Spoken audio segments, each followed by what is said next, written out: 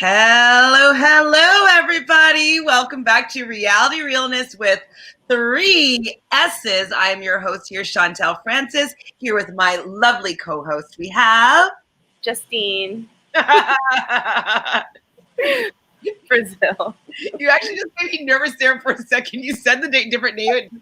I got confused and I just got that nervous feeling out of nowhere. Really you funny. Always call me Justine, so I felt it. I know, but I just wasn't expecting it. I just got that nervous. Well, if this is your first time on Reality Realness, well then welcome. We are on our way to 1,000 subscribers. We're trying to get there by October 18th. So just subscribe right down over there. There's a little Reality Realness button that you can click and you can subscribe. So today we are talking about Love Island, Season 2, USA, Episode 34, the finale. The winners are crowned. Overall thoughts, without spoiling it in case people haven't seen the ending yet. Overall thoughts on the episode. Heart. Heart. I got heart. Heart. I was definitely beaming the entire episode. We have some fans and friends here. Hi, Realist. Go ahead. Happy people. Hi, Nancy. Hey. Sierra. We'll just say it, Jaleb! The king and queen were crowned. Okay, so spoiler alert, we couldn't get through 5 minutes without mentioning, as Jaquan says, and hi Jaquan, congratulations to Justine and Caleb and all of their fans. Yes, I mean, if they didn't win, I was actually going to be scared to talk to anybody today because the Jaleb stands are for real. So I was scared, but I'm very, very happy with the outcome. Hi, Kennedy, how are you? Thanks for hanging out with us. Nancy says, Jaleb's speeches had me crying. Same, girl. Whatever reason, I wasn't crying, but I was beaming. And I know that Brazil is calling me I'm bawling right now. It was. Let's get to the episode, and then we can get to the end of it. Then we can speculate. There's been some rumors that have been coming out after and all this stuff. And so I am going to love getting into all of it with you guys. Hi, B-Fly Nick. Heart. Black love hearts, 100%. So we started the episode. There's one little clip. They're kind of showing a montage of past things. And they showed Carrington. Is that where it started? Hold on.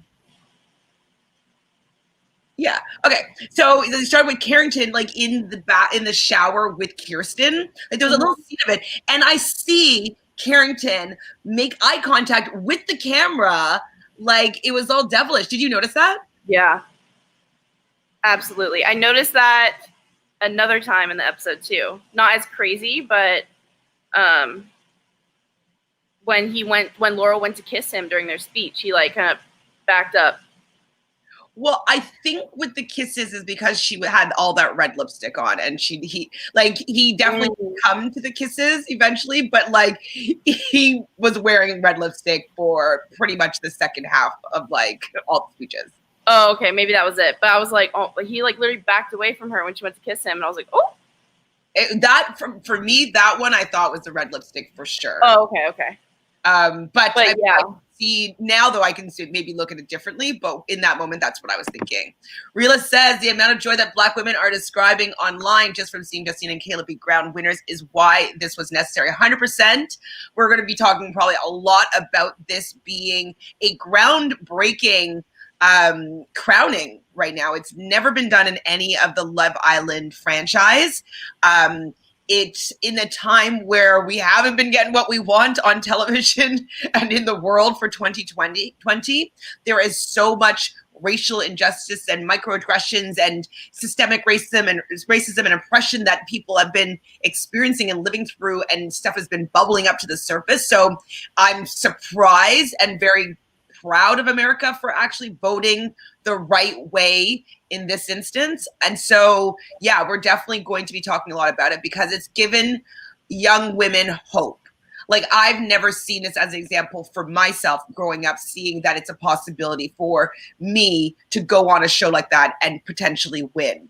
I would always assume, and it just would be like, it's just how it is. Like, it was just like it's common knowledge. Like, if I go on, I'll probably be kicked off first because nobody's going to be interested in me. Like, would have always been what my thought patterns would be around it. But now knowing that she's won this, and all the guys that are off the island that were dumped that didn't want to couple up with her, it's really interesting now too, because like they may have, like, she was the winning girl. Mm-hmm. Like, I think, yeah, her and Caleb had something great, but I think she really had that it factor. Like, I think people fell in love with Justine all over America.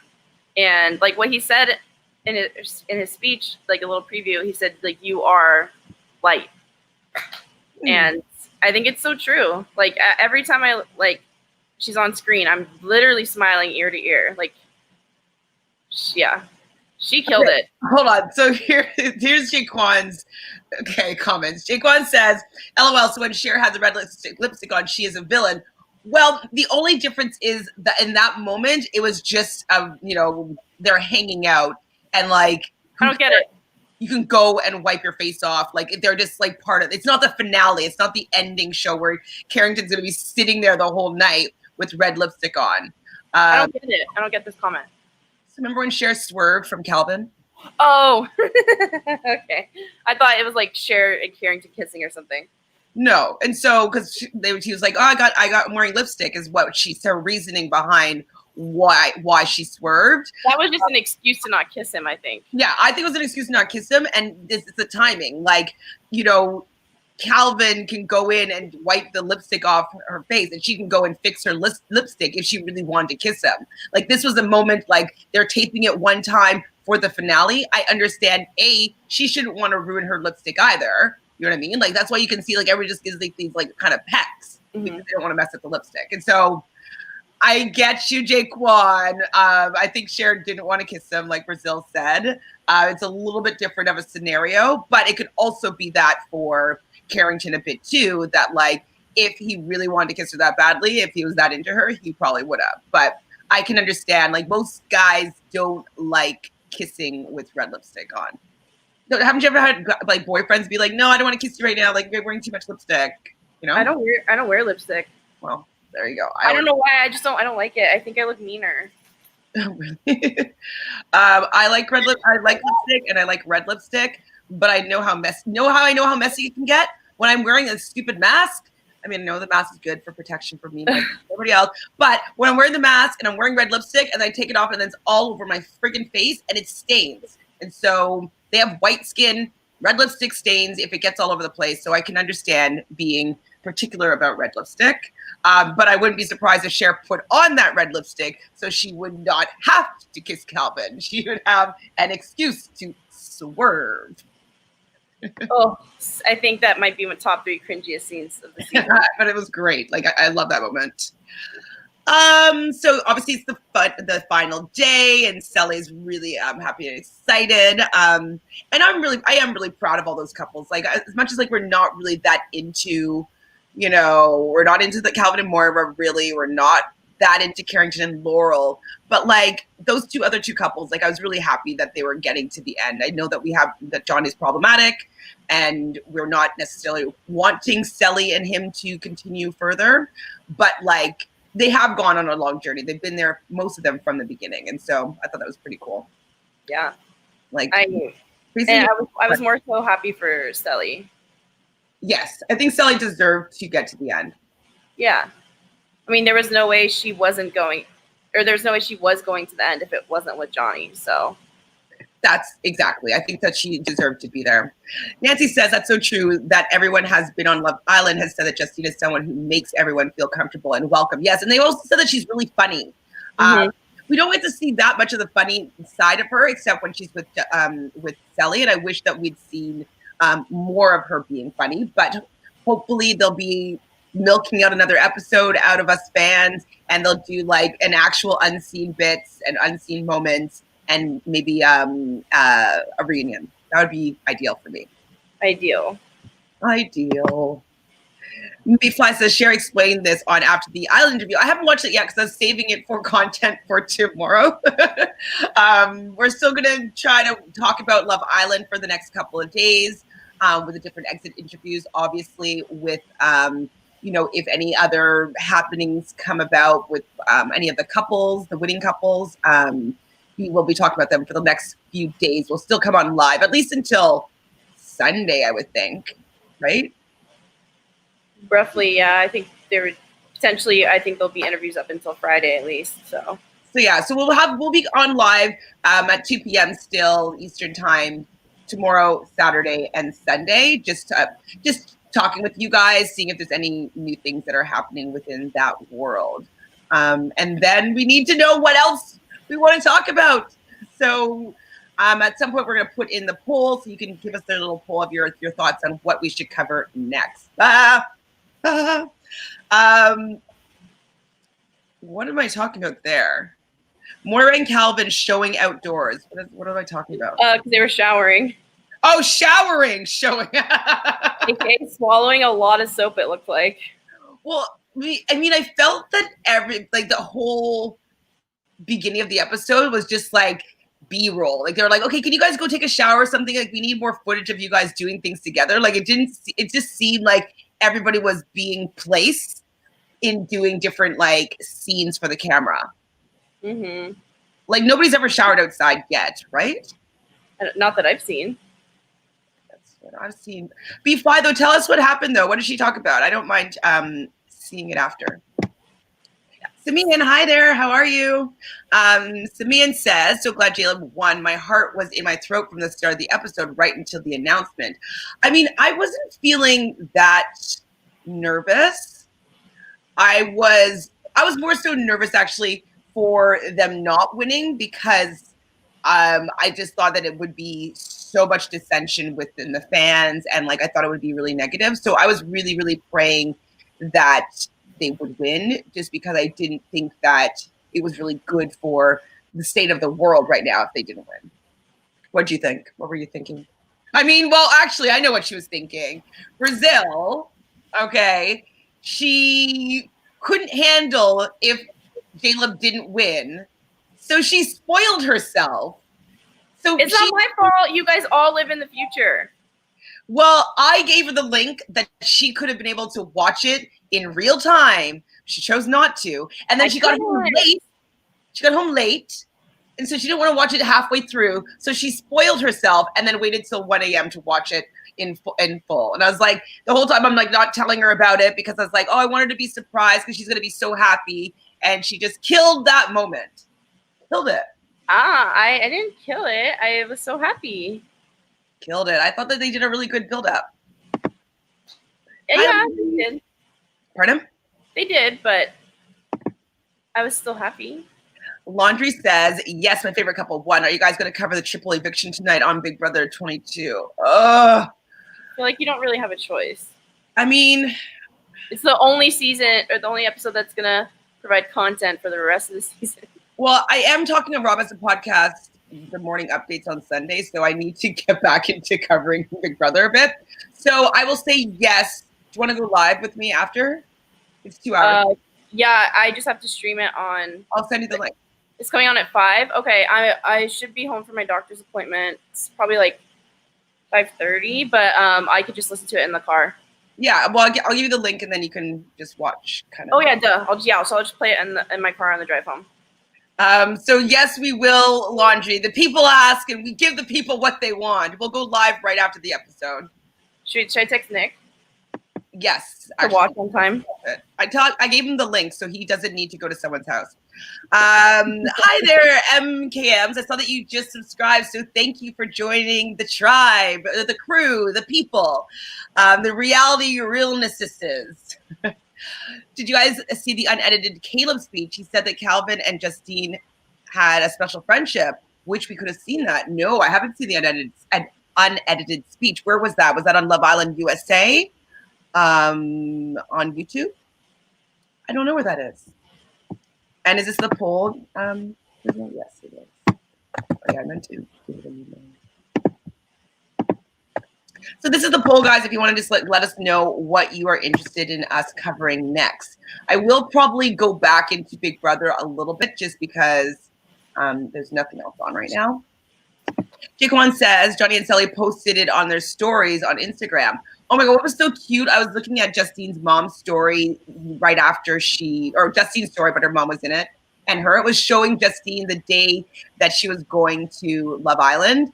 And like, so they had champagne and stuff like that. And like, they're taking her to the airport. And so it was like, basically, you know, they were showing the moments before. And it's like, they didn't know that she was actually going to win. You know what I mean? Like, this was like they probably did not think at all she was going to win. Right? And so she's leaving on this experience. They probably really didn't want her to go, you know, like, why are you going on this show? Like, you know what I mean? Like, just, you know, putting yourself through that.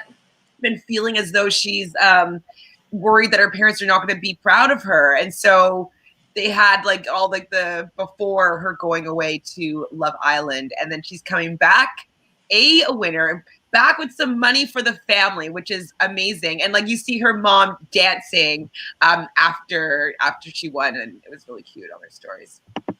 So cute. Nancy says, did you guys see how the other couples had more emotion for Justine and Caleb's speech rather than their partner's speech? I think that they were realizing that Justine and Caleb were deeper than them. Like Moira and Calvin, Carrington and Laurel, no. And I think that Sally was really, really happy for Justine and Caleb. Johnny even looked, I mean, he could be faking it, but looked happy too.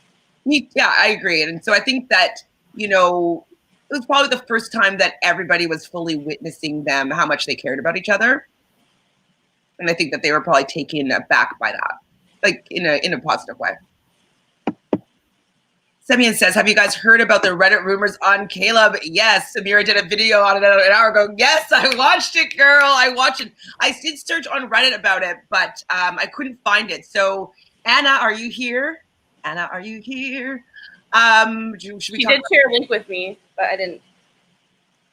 So what the rumors are, I guess we can talk about it because we're kind of all over the place already. Is that Caleb was speaking to somebody before he went on Love Island, and they knew that he was going on the show, and people were asking why didn't they bring it up beforehand, and they said it just like they didn't think that it mattered then, whatever. But they're kind of speaking about it right now. I can't remember what else he said. He said Semyon, but it's just kind of that maybe he went in with a game plan as opposed to like. Oh, okay. Oh, she sent me Justine and Caleb's full 15-minute exit. Oh. Is Anna here though? Did we say hi to Anna? Or she was no, I don't know. I'm gonna be like, where are you? So Semyon, if you can actually just remind me if I missed anything there, other than the girlfriend or the friend mentioning that he was talking to her before she went to the villa. Nancy, it's on Twitter. So Anna apparently sent that to Brazil, which is great. Yeah, she did. Sorry, one sec. B-Fly Nick says, during Cast of More, they had to do a reshoot because she wore red lipstick for challenges. It was a pain to stop and wipe it off over and over again. Okay. I get that. Did you hear that, Brazil? Yeah, I did. So yeah, okay, that makes sense. For the red lipstick thing, but if she wanted to kiss him, she would have and fixed her lipstick. And it wasn't a challenge. Simeon says, MKMs, I heard the unedited speech, Caleb's speech. I think that someone's posted it on Twitter. Yes, I think we've got it now. Oh, and also on the Love Island USA Twitter page. Perfect. Did you guys cry? I did, especially when Justine cried. Hi, Chantele. Hello.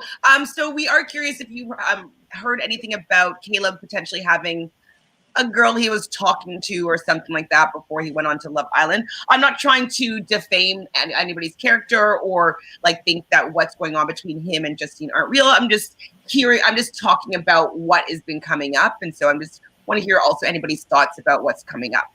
Anna also told me that Caleb lives in LA. Oh. I know. I was like, I haven't. I just responded this morning. I was like, wait, I thought you lived in Oklahoma, but that would also be interesting to know that he actually lives in LA. For you? No, only after him and Justine broke up, maybe. Realist says, "Oh my God, Brazil! Pull up the elongated speech from Entertainment Tonight, where they're in the bed. Just Caleb and Justine both addressed the importance of positive Black images on TV. It was awesome. I will definitely find that. That's really amazing. Yeah, maybe if you could share a screen, because I don't know if I can hold my phone that long. No, I'm not going to do that because it actually makes me, it's copyrighted, so I won't be able okay. It's like blocks certain things, and if this was ever monetized, it wouldn't allow this video to be monetized." Kendi says, Johnny saying, "Take the money," made me shake my head. I was like, Johnny, shh, you're doing good. Shh. He just had to say it. I know. Kids, let it go. Hi, nice to see you again. Thanks for hanging out. Hi, this is completely random, but when all the Islanders first came, who were y'all particularly drawn to? Probably this person going to make it far. I was drawn to Justine, but was not sure if she would make it far. But I just from the beginning, and when Chantele figured out she was a Pisces, God, there's construction outside. She was like, "Oh, it's because like you're Pisces, like you guys are drawn to each other." And but yeah, I was always like Team Justine, and then I very quickly became Team Sally also. I definitely thought that Sally and Johnny, from they met, were going to do well and go pretty far. I thought that Johnny at that time was really good looking. I liked the connection that he was having with Sally. They seemed like a really light, fun couple, and I was really excited to see them move forward. And I wasn't particularly hopeful that the trope of the darker skinned Black woman finding love in Love Island, I just thought that was going to be the classic narrative that was going to be playing out. And so, especially with her not being chosen by any of the men in the first recoupling, the first episode, I was like, okay, well, this is how it usually goes. And like, she might bounce around a couple times, but I don't see her making it that far. You know? This is crazy. I'm going to go back and look at the first note I ever wrote because I just want to see what you said. Yeah. So I wrote Justine, wild, secretive, intelligent. Those are my, because we were doing like, we want to do like 3 first impressions. Sally, I wrote confident, adventurous, feisty. And then I wrote Jeremiah, Justine stepped forward for, he picked Sally. And then, yeah, so then I think it ended up, who ended up stepping forward for Justine? Or who did she end up getting stuck Jeremiah, because Sally dropped him.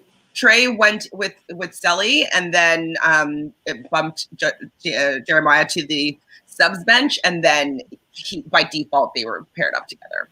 Look at how far she's come. Exactly. She was the default choice, and she ended up being the winner of the show. I think that's really, really a very good story arc. Yes. Want to say something that we can be proud of? Yeah. So you're a Pisces, like Justine, and I'm Aquarius, like Caleb. So it can work out. There we go. I think that we both got represented here. That's true, actually. Team Pisces, Team Aquarius. My God.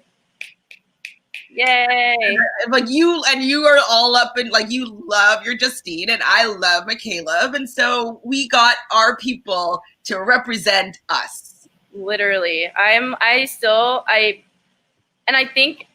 normally, if it was like something for The Bachelor, I wouldn't have spoiled it, but I'm not kidding when I say like my obsession with them was so crazy that I literally couldn't take it. I was like, there's no way I am going to wait 3 hours to find out when I've been waiting a whole month and talked about it every day for like 2 or 3 hours. I need to know when everyone else knows.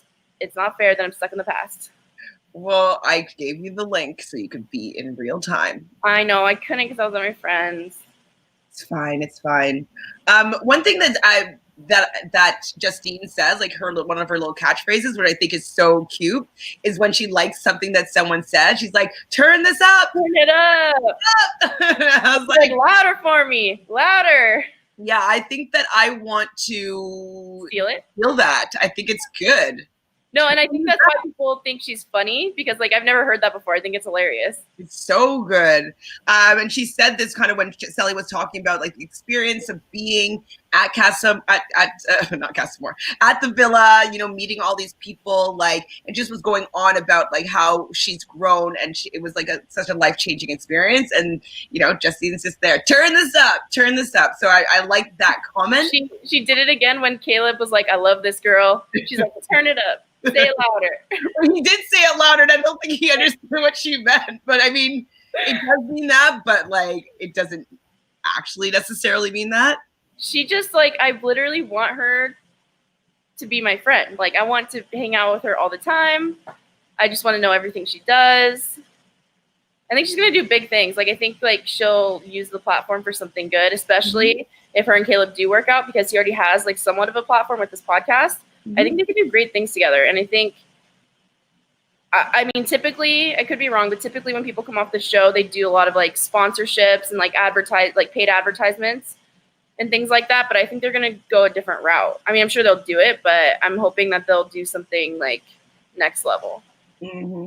I think that they will, especially since on multiple occasions they both have talked about, you know, being a good role model and representation, and you know, they both probably didn't believe that this was possible. So no, I still am shook. Like, as much as I said, like, they're gonna win, for it to be a reality and finally here, and for us to like say like a Black couple won, that's insane to me. It is. It's just it's reality TV, but it's still a step in the right direction. Like, it's a step that needed to happen. Huge. So Carrington is the first one to get a text. And so they're supposed to be going to, wait, is that right? They're supposed to make a summary of their love for each other, blah, blah, blah. And then the girls get a text that they're supposed to go and get made up. I think their hashtag was dressed to impress, hashtag looks good, feels flawless. And the boy all looked so great. Really? I didn't agree. I like Sally's dress. I love like gold anything, and so I love Sally's dress. It looked like Academy Awards status. Really? I've had such a different opinion. Really? No, and then wrong though. Since the guy's going to go get their tuxes, and then after they do their little speeches. Like, anyways, go on. No, it's okay. And then Justine's, I think just that color really popped on her. I like the style, but I didn't like Laurel's. But Moira's, I liked it from afar, but when it zoomed up on like the colors that the sequins were, I didn't really like it anymore. But the only dress that I did like was Laurel's dress. I thought that Sally's looked like old lady kind of. What? I was obsessed. I couldn't take my eyes off Sally's. I thought it was actually like, I was like, ooh, that's. I thought it was the worst that I felt Sally looked. Justine's, I like the color. But I wish that it was maybe a little bit brighter or something. Like, I thought that I've seen them look better in the villa. I think maybe they usually do their own hair and makeup and have their own wardrobe choices. I just didn't like that dress either. And I thought Moira looked the worst I've ever seen her look, personally. Yeah, and it was crazy because Justine, when she was walking down the steps, I was like, oh my God, that's a navy dress. Like, Caleb's wearing navy. That's so funny. But then when she got into different lighting, it was purple. Yeah. So I think I liked it better when it looked navy, but regardless, I don't know. I liked Justine and Sally's the most, then Moira's, then Laurel's. I think my order would be, I like Laurel's because like I love a red dress for sure, and I thought it looked really good on her, and I like the cut at the top. And I like the way she looked with it. Like, I like the accents of red. I think that she looked really gorgeous. My second would probably be Justine, but I felt that she's just done her makeup better. I don't know if she had someone else do their makeup. Like, I've seen, she looked gorgeous, absolutely, but I've seen her pop a little bit more with her makeup choices. I wonder if they were like crying. Maybe. Sally, I really thought she just looked kind of like she's wearing her mother's dress. Like, I didn't feel like really. That's so crazy to me. I really didn't like it. I think I just am obsessed with gold, so I was like black with like gold bits. It wasn't even gold. Oh, but it looks so good. I mean, not in agreement. And I thought that Moira's dress looked really frumpy to me, and like her hair, I thought looked terrible. Yeah, her hair, absolutely. Like, there's just some, I don't know if she curls it backwards or what she does with the hair sometimes that makes me be like, what is she doing? Or like her layers are just cut really weird. I'm not sure. I don't know. I think that they had somebody else doing their hair and makeup and they and outfitted them, and they didn't do them any justice, in my opinion. Reela says, yes, I do agree that both Johnny and Sally seemed happy. Yes, I do think that they're happy. Like, they lost, fine, but like I don't think that they felt as though they weren't deserving winners, you know? Yeah, because I've seen Johnny be like fake happy, and he looked like he was actually smiling for them. And how can you not? Like, they, especially the last 2 weeks of them all hanging out and them knowing that they've been to the hideaway more times, like, I'm sure that they already assumed that they were like on a different level than everyone else, like physically at least, because I'm pretty sure they did the deed. Yes. Laundry says, you really think that Johnny was kidding when he told Caleb to take the money? Absolutely. Yeah. Like, I was like, shh, Johnny, you know, it's bad for his image. People are going to take it the wrong way. But I think it was definitely a joke. And I think that he knew that there was no way that Caleb would ever do that. No way. Never.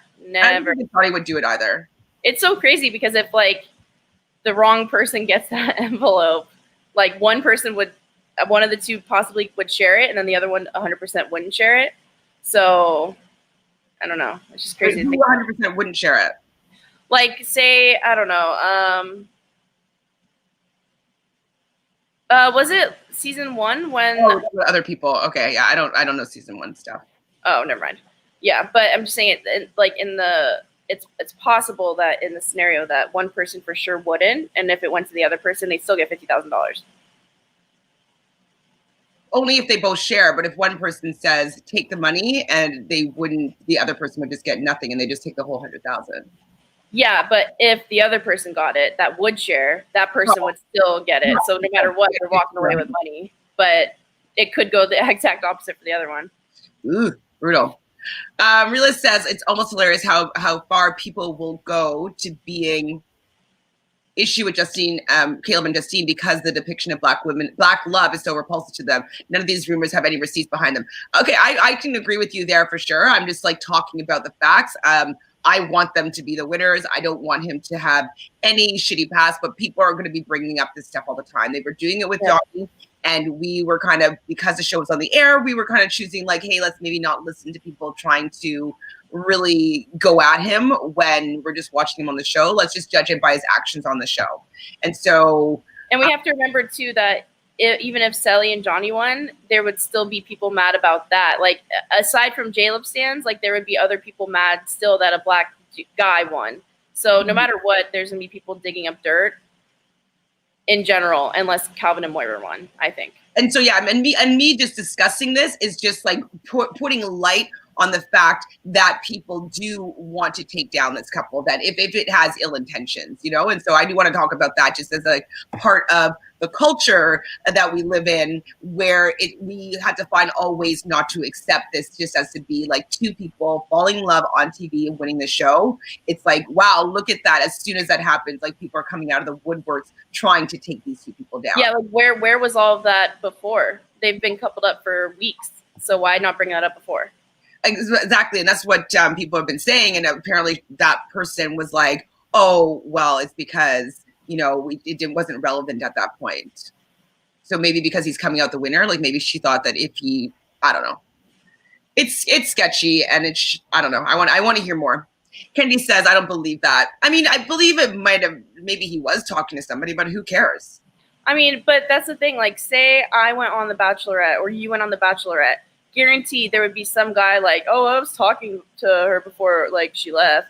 Like, if you're not in a relationship with someone or engaged, that shit does not matter. You can be talking to 10 people at the same time if you're single, and they're all in the same dating show. It's like, because I'm looking to find someone, and you haven't made the cut yet for me to say that you're my bona fide. So you're always gonna have haters if you're doing something right.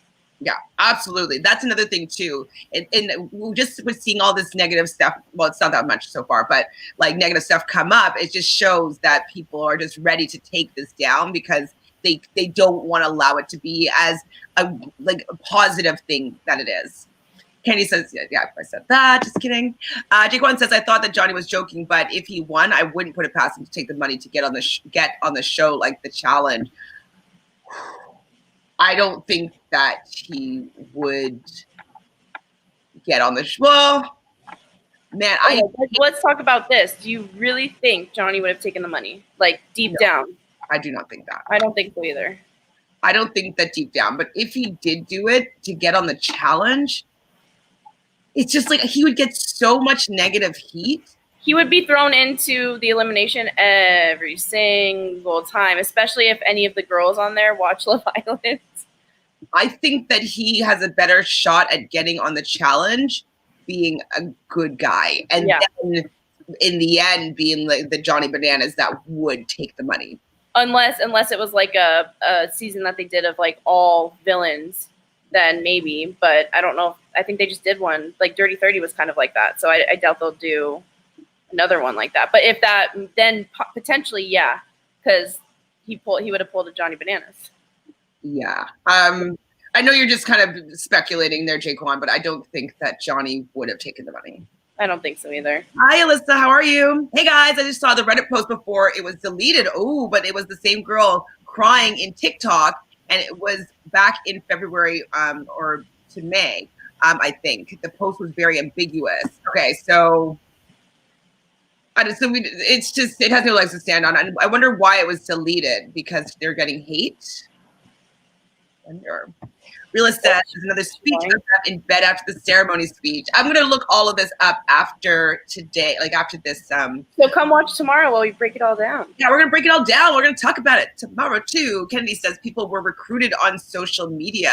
Yes, I know a lot of people have been. I would assume on social media, and I would assume it would be anybody that might have auditioned for Big Brother or Survivor within that past year. Like so 2019 and 2020. Anybody that auditioned for a CBS show or was in their database probably was approached. They may have been approached through Instagram, also just by people that may have had followers or they just stumbled on their page or whatnot.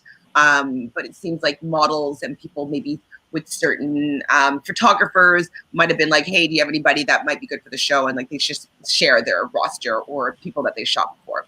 Because I thought it was pretty interesting that both Aaron and Calvin have shot with the same photographer. And then Aaron said that he was approached by in his DM. So I think that for the most part, most of them were approached. I don't think that they had any auditions this year for Love Island.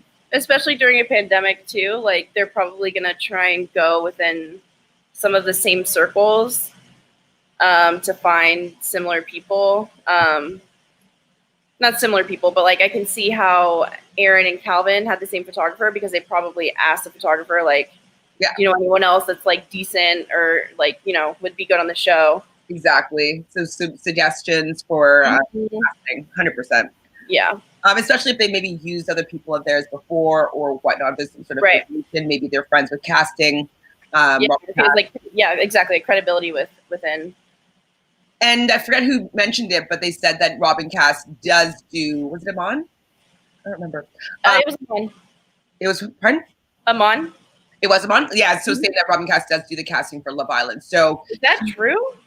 I haven't seen her name on the credits, but I haven't really paid attention that much. But now, but I wouldn't be surprised if she was affiliated. I've seen on our IMDb some of the casting directors that she works with or casting producers. But don't you think that's problematic that she's like the sole one cast, not the sole one, but I already think it's weird for her to do BB Canada. Well, I mean, if she's CBS casting, like for their reality shows, it's a big we've had a lot of problems with who she casts. I mean, I'm not saying that she's the best casting director, but I can understand that she is affiliated with CBS. I think they need to find someone else. I don't think that that's going to happen. I think they could that maybe could happen for BB Cam, but I think that the reason why they use casting is so that there will be a similar feel and kind of linking it into the brand of Yes, Yeah. Big Brother. That's why that they're using their casting people, so it will have the flavor of the Right. US version. I thought the guys, though, I thought they looked really, really sharp. I thought that they all looked super cute. Like I thought their tuxes were they fly. They looked hot. I thought they looked great. Did you like Calvin's color? What was it? Like a lavender? Was that it? It was like a blush pink. Oh, pink.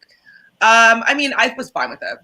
I wish it was either darker or lighter. Like it was like the exact shade I was not crazy about. Like it looked like I don't know, like a gross pink to me, but his was the only one I was kind of like, what is he doing?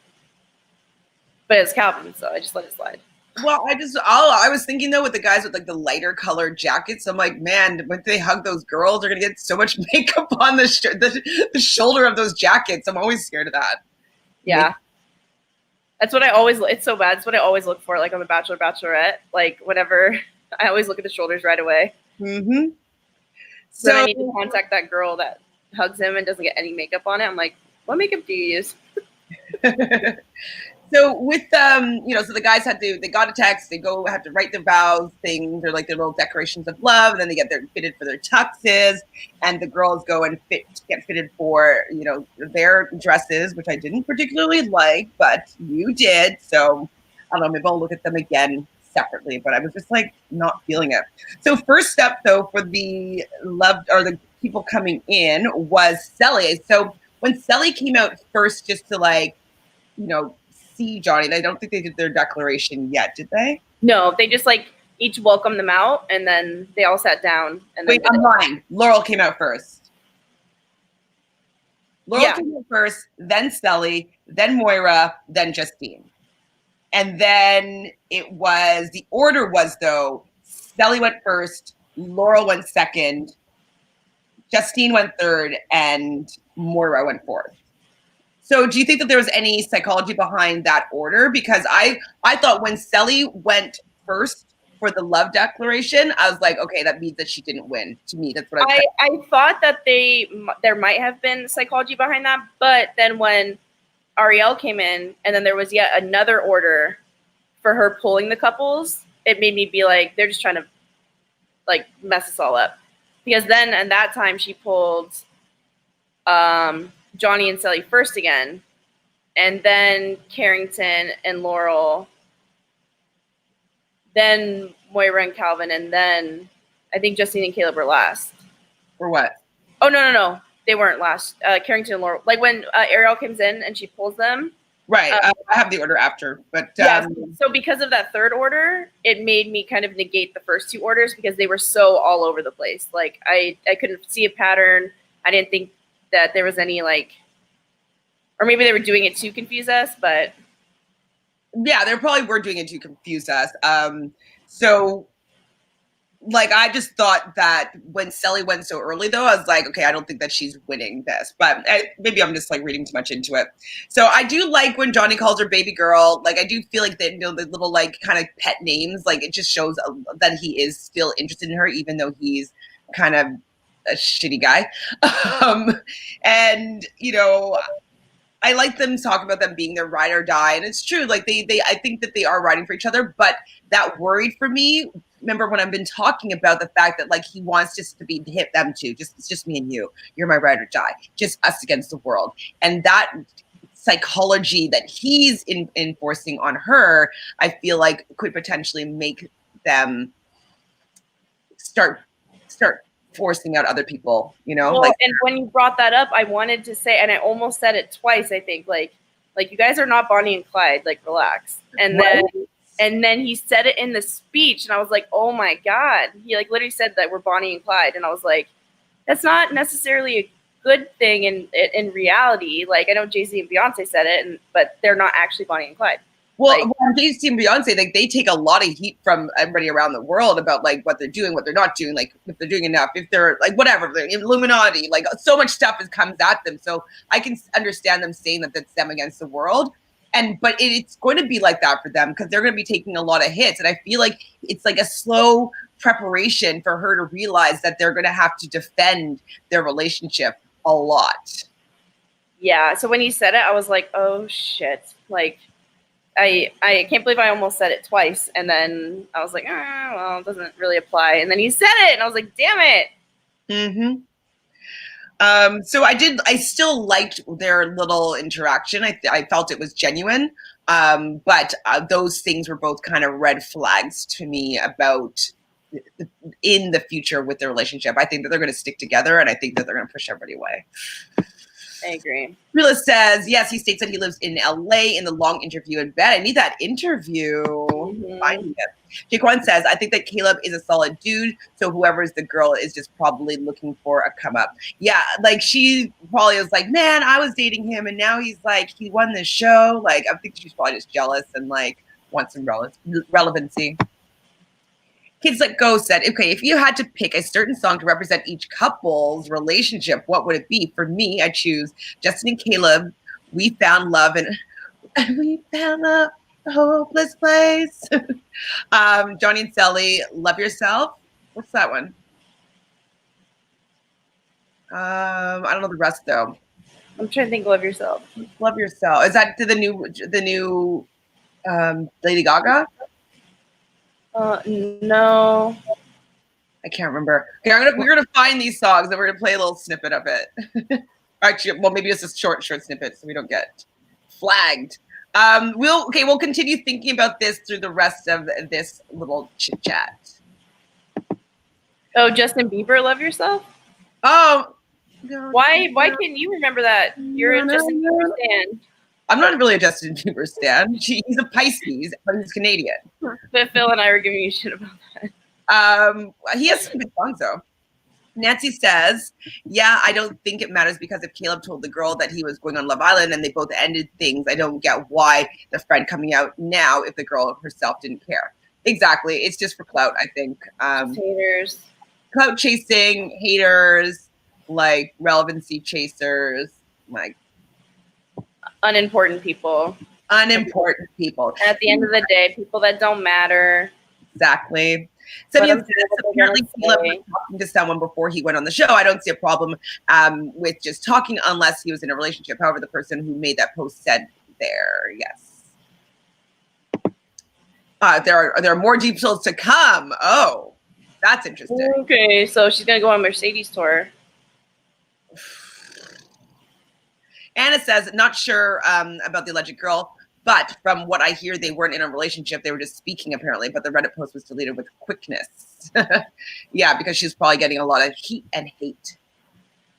And if that weren't the case, I feel like she would keep it up. And if there was any credibility behind it, like if that was my friend and I actually believed her and what she was saying was true, I'd be backing her up and like posting about it too. But I feel like if she has like regardless, like even if they were dating and they broke up and he went on the show. No, I'm saying if they were in a relationship, I guess, like if it was like actually something that is like sketchy, like Jed, essentially. Well, Jed told his girlfriend that he's going on the show. Yeah, but he still had a girlfriend. Well, I mean, like the girlfriend, they were okay with this though. You know what I mean? Like I'm not happy with Jed doing that at all, but like. So you're saying like it would only have relevancy if they were still in a relationship and he was going on as, let me see if I can go win the money, baby, and then I'm coming back to you? Is that what you mean? Yeah. And then if he won, and then, you know what I mean? Like, I think at that point I would. The winner of Love Island Australia season 1 did that. He had a girlfriend. Did they just take the money? I don't remember how. I think they split it, and I think that they pretended they were in a relationship right after, but then it was found out that he had a girlfriend the whole time, and wow. Apparently, I think they split it. Well, she probably split it with him then. I'm sure. Yeah, I can't remember the outcome of that one specifically. I don't remember anybody at this point taking the money. So. Yeah, I mean, why do you think that they put the money part in it? Like. It's just mocking, or it's emulating an old show, an old early 2000 reality show that did that. And the original, what's it called? Bachelor in Paradise was called something else before. And that was part of the trope there at the end. You take the money, and people did take it at the end of that. So I think it's just they had For Love or Money in the beforehand. Dr. Will's wife, Erin, was on that show. She took the $2 million. Like, so it was just part of the gimmick of the show, I think. I feel like it makes people try harder too, or at least like stay invested and not just like walk off the show if like something happens. Exactly. Yeah, it makes sense. It's just crazy. Like you're mixing love and money, but game show. It's kind of like that in the real world too. MKM says, if this girl wasn't his girlfriend and they were just talking, it shouldn't matter. Agreed. Anna says, people want Caleb to be the bad guy so bad. Absolutely. I mean, no matter what, like, I know Johnny has shown on the show that he hasn't been a great person, but I didn't also like that people automatically started coming for the black guy that was in a really solid relationship with Sally. Like, what? Just let them be on television, prove themselves. Like, you don't need to come and out them as being shitty human being. And I think that's one thing I don't like. Like, yes, I like the tea. I like talking about the gossip for sure, but I don't necessarily like taking people down, especially when it's a person of color, because you don't like that they're being shown in a good light. You know what I mean? It's like we like things to happen like organically, not like behind like with malintent in order to put people down, especially with no merit behind what they're saying. Yeah, exactly. Samian says, I'm not sure whether they're claiming Caleb was already in a relationship or if he was just talking. There's a big difference between the two. We'll have to just wait for more information to come out. Yes. From what I've heard so far, it just seems as though it's claims of them just talking. It hasn't seemed like anything more important than that. I think if there was anything worthy of this discussion, it would have come out a long time ago. It would have come out when they said I love you. It would have come out when they met the parents. There's nothing that's going to come out in my opinion. There's nothing like crazy that's going to come out. Jaquan says, this is probably to you, Brazil, even though I never voted for Jaleb, there is no reason to hate on them. They're a good couple. They came a long way. Justine took a chance. Honestly, Justine's, the story arc, and like, I'm so into those. She just had the perfect one. Hi, Leah. How are you? Yes, Jaleb won as they should. They 100% should have won. And so regardless of, speculating as to what America was going to do, whether, upbringing and thoughts about Black couples and Black love and relationships on TV, America did the right thing. Canadians did the right thing. And I do feel that the rightful winner and representation of 2020 is definitely in Jaleb. So I'm 100% with you there. Leah asks, whose dress would you wear and which suit would you prefer? I don't remember what the suits look like. Hold on, so my favorite colors are navy and Bordeaux.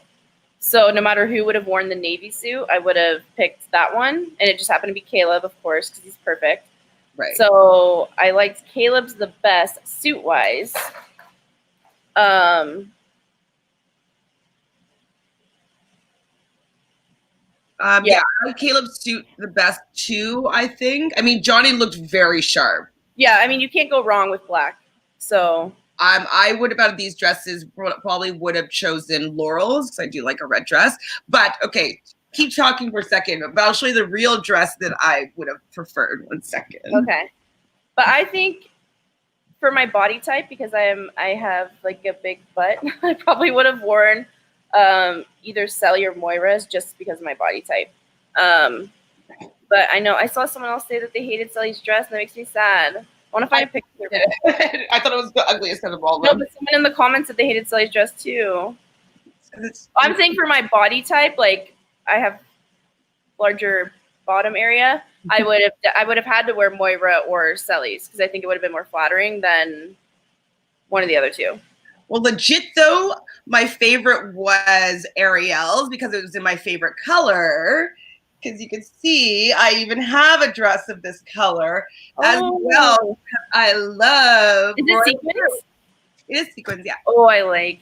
See it. But for me to really, really like sequins, it takes a lot for me to really like sequins. But I like that one. Tell this color though, it's more. It's royal blue. It's royal blue, but it looks a little bit lighter in this. Like on the camera, it's a little bit more deep, but it's definitely my favorite color. And it looks like Ariel's dress. Yeah, Ariel's looked really, really, really I good. love that dress. I don't know what happened to her last week, but I like this one. Yeah, personally, I like dresses that are a little bit more like cool. You know what I mean? Like a little bit more like wow factor or funky or kind of like Sally's. I think it was so different. Oh, hideous. OMG. Like I said for her dress, I'm like, didn't like this dress. Nick said when? Right after the episode. Okay. Laundry says that she didn't like Laurel's dress. Fair. I like bright colors. I liked the red dress. Leah also says, is it just me or were they stupid to jump in the pool after all that time fixing their hair and outfits? It's a trope of every season. They always jump in the pool after the winners are crowned. So it's just what they do in all the different Love Islands. So it was going to happen. Simeon says, Justine looked beautiful, but I wasn't keen on her dress. Exactly. I think that she should have worn a brighter color. Exactly. Anne, hi Anne, how are you? Laurel's dress was the only dress I liked. Exactly. Apparently I'm just out of the loop here. I know that if Justine dressed herself, she wouldn't bang. Exactly. Did I say it? It seems as though other people dressed them because they didn't look good. Realist says, LOL, my favorite dress was Laurel's and Justine's color, which is a brighter purple. That's exactly what I'm saying. Yeah, I think because I can't do red because of my skin tone. So I could never. And like, I feel like if you're blonde, you can do it, but I don't know. I can't wear red. I can't wear anything red. Calvin's suit was her favorite, and Carrington looks nice too. I thought all the guys. Suit was your favorite? Realist and making enemies with Brazil. I thought you guys were tight. Jaquan says, Leah, I think that Caleb and Johnny had the best suits. All the dresses were nice at first. I didn't notice that Calvin and Moira was somehow matching. I didn't. They were team bland for sure. To me, they kind of were washed out. And you know, if I say that I didn't think that they looked like gorgeous, it's just like I didn't think that they looked the best potential, but like they're all gorgeous women, they're all very attractive men. Like we're just kind of commenting on this final look. Simeon says, I've seen Justine's makeup look better throughout her time in the villa. Absolutely, I love her, but I expected more for the finale. 100%. I agreed. Realist says, I hated Sally's dress. Well, whatever, Realist. I guess we'll just never borrow each other's clothing. I mean, thank goodness, because like well, they're on the same page as me, though. Whatever. Anna says Justine would not have picked that dress. Hundo, I was like, oh my god, she better come out in like a nice, fierce yellow dress, like something, or like a must. Yeah, because she liked like all those neon colors. Even if that was that dress, but it was like bright purple, like kind of like well, maybe not the purple of like my little border, like but Johnny's do-rag purple. That could be okay. Maybe a little bit more deep, not as like pastel-y, but like the equivalent of this blue, but in purple. Yeah. Simeon says Justina Moira's dress just wasn't for me. I like Laurel. God. I didn't like Sally's, but I like. Pull up a picture of Sally's dress. I don't know if I have it on its own. Can you find it on its own? No one's posting pictures of them except for that group picture. I don't know if you can find one. Hideous. Okay, Sally, Love Island. It had a slit. It was cute. What are y'all talking about? I thought it was like hideous. I just love gold. But there was barely any gold. Oh my god, it's not showing. The whole bottom was gold. No, I mean, it made her look short. It made her look frumpy, in my opinion. OMG. Looks better here, but I think I didn't like the cut of the top. Yeah, see the whole bottom. But look at the bottom. I like the bottom. Yeah, the bottom, it's like the top didn't do it for me. Like maybe it wasn't more dramatic. Like it was like 1940s where it was like a high neck and then it came over the shoulders and it had like gold dripping down like over here or something like that. Like it had it like and then super fitted and then trumpet at the bottom with the gold on the bottom. Maybe I can get behind that before, but like having a tube top like and then a nice bottom, like I just wasn't feeling it. Fine. Sorry. I mean, you can like what you like. I'm just kidding. Hi, Deja. How are you? Did you like Calvin in his pink suit? Yeah, Deja, rated Calvin suit 1 out of 10. Jaquan says Carrington most definitely taking the money to buy that dream car of his. Oh my god, he would be with 10 pairs of driving gloves. He'd be so hated. He would take the money though. Anna says Carrington would have ran with the money. There, you guys are on the same page about something right now. Jaquan says, LOL, he would have left Laurel for that car and the. Hi, Chelsea. How are you? I agree. I know Justine can rock anything, but I don't think that she was the one that picked that dress. Agreed. Well, I wonder, like, if they had to pick from that collection of dresses on the hanger. So one thing that Mercedes has been saying was that they gave them something, the swimsuits. Some of them were hers, like a couple of the swimsuits that she wore were hers, but other ones were ones that they provided. Which makes sense because honestly, even if they were outfit repeating and like sharing clothing, I feel like if Justine wore something of, I don't know, Moira's, I would know that she was still wearing something of Moira's. Like they have to be given things throughout to last them the fucking 6 to 7 weeks that they're in there. Mm-hmm. So second up for their little love talk was Laurel and Carrington, like helping her find the perfect and the imperfection. I mean, it's like when people are just talking around and like making metaphor after metaphor after metaphor after metaphor, you know that they're not really in a relationship. You know what I mean? Like they don't really care for each other. They're just trying to be like, what? Or when he says that they want to move in together, but he barely even said that he would go to Alabama because he's such a Utah City boy. And to him, she's sheer perfection. I was like, really? Dude, Laurel is, I think she believes it. I don't think Laurel's putting on a front. I think she believes that like her and Carrington are going to work after this, and it's really sad. Yeah. Really, really, really sad. Like the second he picked her over Lakin, it's been they're getting married, they're gonna have kids. But he did talk about like they enjoy traveling, even though it doesn't feel like he's traveled that much other than with his family. You know, no, he's never even traveled outside the States. I guarantee it. Like on his even as a family. Why did he think if you go to Europe you have to wash your underwear in a river? I don't know. He's not traveled outside of the U.S. like as even an adolescent child. There's no way. Yeah, I mean, I think he's just saying the things that he knows that she would want to hear, and maybe the guys helped him figure it out. But I was just when they were writing their their vows, whatever we'll call them vows, because whatever, it's their vow to them in the moment. It showed Carrington like a glimpse of his page, and it was just he had like you written, and then that's it. Well, it's because like he's not in love with her, and like this is probably very awkward for him to like express his feelings. You know, his dad and his parents said like you need to do this more. It's good for you, and because he's probably very closed and reserved and not like open to expressing his love and his feelings for a girl, like especially ones that he doesn't actually care about. So third up was Justine and Caleb. And so maybe you should talk about this one just because you were both like really affected by it emotionally. Yeah. I mean, what she said to him, like what she said to him didn't move me as emotionally as it did what he said to her. But I mean, she said like there's no one else that she would want to be a queen for. And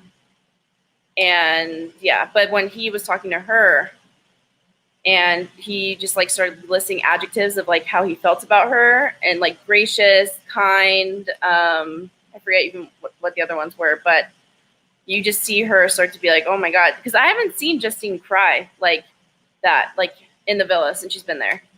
And for her to like finally break down like that, I was like, whoa. And it made me break down a little bit. And it pans to like all of the other islanders, and even at the end of Justine's speech, everyone's like, well, cheers to that, because it was just like so good. And you can tell that what they were saying to each other, like actually believed it. Like I really do believe it. And I don't know, it was a very special moment because it didn't matter. Even if they would have gotten second place, I still think like they're the stronger couple and have a better chance to stay and like together outside of it. And I think they know that. Like, I don't even think that they were thinking about like winning in the money as much as the other 3 couples were. And it showed. Like, they didn't have to do anything extravagant. They just like literally said what was on their mind and in their hearts, and that was enough. And they both were like, I don't know. It was just, I think it was the most special speech. It's the only one I really remember. Calvin's was hilarious, but it wasn't even comparable to like depth and meaning of what they said to each other. I mean, what I liked about the speeches, especially, was heard is the way that she was accepting what he was saying. A lot of times when people are saying kind and nice things to you, your natural inclination is to brush it off and say like, oh no, you're not talking about me. Like someone says like, oh my God, you look so gorgeous today. You're like, no, I don't, or whatever. Usually people brush up any compliments or any right. niceness that people say to them. And so the fact that she was able to stand there and take what this man was saying to her and really and believing it, I thought that was that's the key. Good moment just in general for everybody to be able to see that she's accepting him caring about her and accepting him loving her. And I think that's the key. In the future, I feel as though, you know, the fact that she's opened her heart there enough for him to allow him in to say that, for it to mean something, for it to penetrate her heart and to invoke her to be emotional about it. I think that was the biggest like movement and lesson about what we got to witness there, was that, you know, we do so much deflecting when people are trying to give you love. And so the fact that she was accepting it, I thought was the biggest takeaway for me in that moment and what I enjoyed the most about all the speeches. And she had said too, like, you made me like love myself. And that's what he said, like watching you grow and like from the day I met you until now has been his favorite thing in the villa. And I think that's been all of our favorite things. Like, she was beautiful when she walked into the villa. Like everyone could see something in her in the beginning, but now she's like imagine what she could do if she just believed in herself. And for America to believe in her in today's time is like, I have the chills right now. Like, I think it's the, oh my God, I'm like so obsessed. I can't. And then the last couple was Moira and Calvin. I like this for entertainment purposes, but I would have been pissed if I was Moira, because it was like he was basically not saying that they're a joke, but like you're following Caleb and Justine and you go with like a storybook rhyme.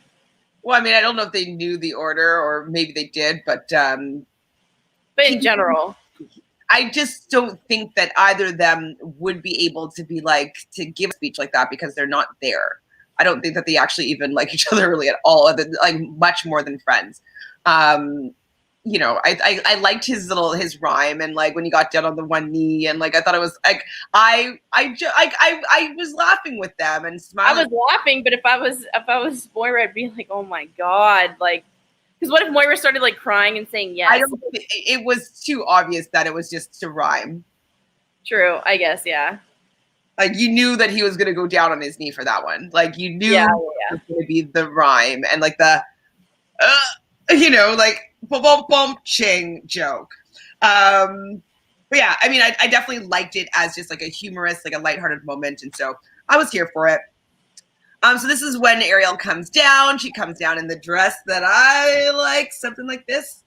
And she, like I said, I love her dress. It was a cute dress. And, you know, finally Ariel's saying that she's coming with only good news this time around, which was awesome.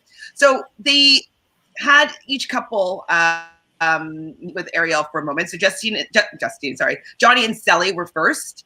And when I was first watching it, I wasn't sure if they were watching these clips back, like the actual couples, or if they were just playing them for us. You know what I mean?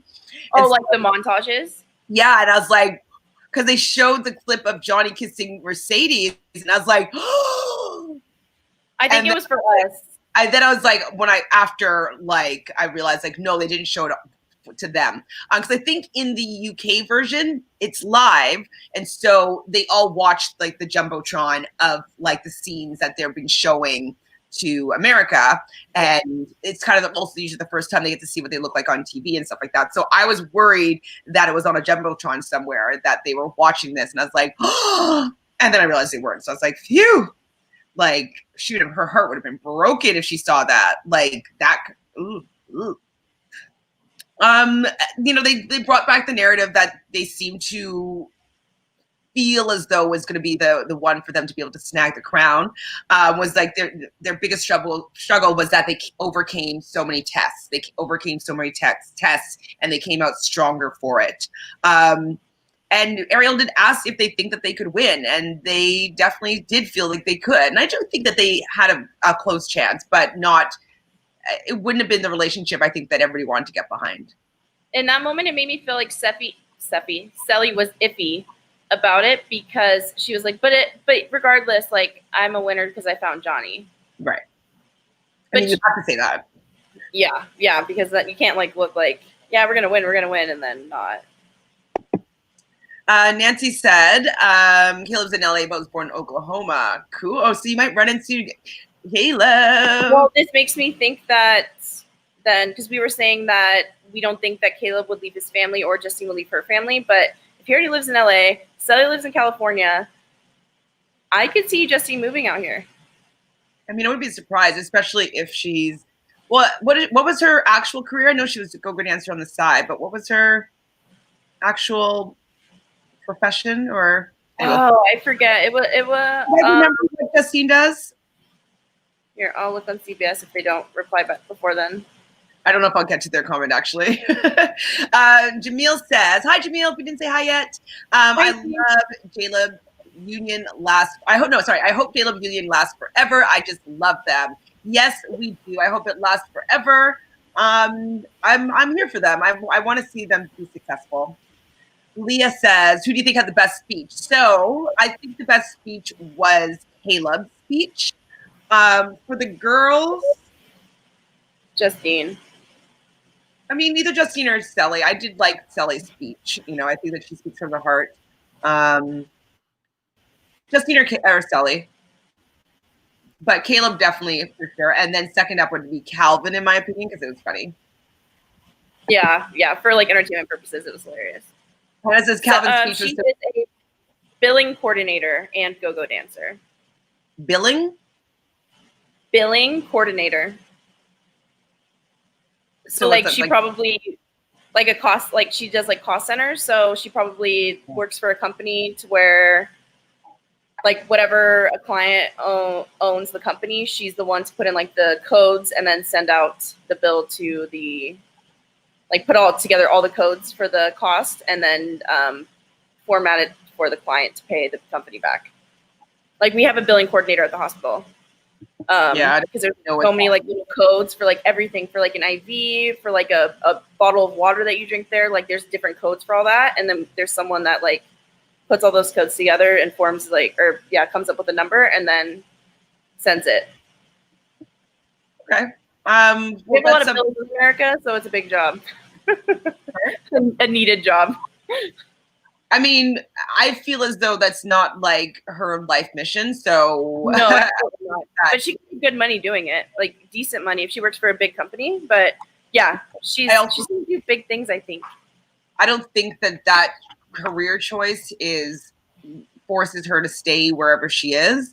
And I think that she would excel more doing something where she presents herself. So I mean, she could be a go-go dancer in LA to make money. No, I don't think she's going to do go-go dance. I think that she's going to do stuff more like as in a couple things, or like with Caleb and his platform, with his podcast, stuff like that. Like I think that they're going to do a little more groundbreaking stuff. Their podcast could blow up after this. For sure. Jake one says, out of the guys, I like the speeches, all the speeches except for Carrington's, because I felt that he was kind of forced to do it. But the girls were way better than the guys, except for Caleb, who outshined everybody. Absolutely. I agree. God, when he said everyone that meets you, even just for a brief moment, feels as though their life was like made better in some way because you are a light. Like, are you effing kidding me? Lindsay, hi, you're new here. Nice to have you. Welcome. So apparently they cut part of Carrington's speech where he talked about Laurel's personality and her being his best friend. Interesting. I mean, they probably because he didn't look like he was being sincere. Or it was too long. Best friends only. Hello, I'm Jordan. He says, hello, I'm here again. Well, we're happy to have you again. We love having Welcome back, and MJ. if you guys haven't done so already, please make sure you subscribe right over there. It's really easy to do. You press the button, you press subscribe. You can, I believe, you can do it while it's live. I could be crazy, but just one click. That's all it takes. It's a click, 2 clicks, I guess, 2 clicks. Help us get to 1,000 subscribers. That would be amazing. Imagine at the end of this podcast, I was at 1,000 subscribers. That would be lit. Litty. Realist says, have you seen his creepy Lauren is posting fake paparazzi pics of her and this fake boyfriend? Imagine if she stayed on the show. So disingenuous. I've only seen the TMZ clip when she was with that guy that she apparently bumped into at the airport. So if that's the same person, and now they're dating, I wouldn't be surprised if it was kind of a relevancy stunt. You know how people just a clout chaser. Clout chaser. And it says, Realist, you stay coming for people's necks. She's got Realist and Anna always got the tea. Nancy says, I was wondering if Sedley's family will say something now, seeing as they're not on television during the meeting of the family. Her family wanted to say something but didn't want to make it. Agreed. Yes. A million times yes, they're going to say stuff. What if Sally is like, I don't want to talk about Casa more, we move forward from it? I don't know. I think if at any point before talking to her family, she watches the clips, or if she talks to her family and they say that and she says she doesn't want to talk about it, her family will make her watch the clips. And I don't foresee her, her and Johnny being able to, they might be able to work on things, but it's not going to be happily ever after for at least a week, 2 weeks. We're going to see a lot of things that are going to suggest that they have problems soon, I think. Nancy's also said, and if so, will she side with her family and leave Johnny or not? She'll side with her family. I can see both ways happening, but she does talk a lot about how she feels like she fell with her soulmate, that they're so connected, that there's such a spark between them. And I don't know, she might not be willing to let that go. And so I just think with her mom's history and everything, she's not gonna just. We'll see. She's stigmatized right now, Really says, LOL. I can't help it. Jaquan says, Realist, I'm saying the same thing. They supposedly met at an airport. Now y'all everywhere and together. Nah, she was just trying to get the money. He's been around for a while. So that's what I think Jaquan was saying, that she thinks that the guy that she bumped into at the airport was a boyfriend of hers, and she went on the show for some coin. And it says, I've seen those pics. Yeah, if you can find them, Anna, send them to Brazil so we can show them. Send Justine. Divine says, yes, Divine, you got the answer. Turn it up, Divine. You got the result that you wanted and was most deserved. Absolutely. Congratulations to you, too. Nicole, hi, Nicole. If we haven't said hi to you yet, one thing we can say, Justine and Caleb love seems so authentic. They both seem strong. Caleb's dad seemed happy for them. I'm happy for them. I feel as though they're willing to work on their relationship. They want to be together and they want to be a strong force. They want to be a role model. And I think that, they have already done that, and they think that we'll continue to do that. Oh my gosh. I could just imagine their families meeting. I feel like that would be such a fun group to be around. Rachel, hi Rachel. Jaleb, yay! Yes.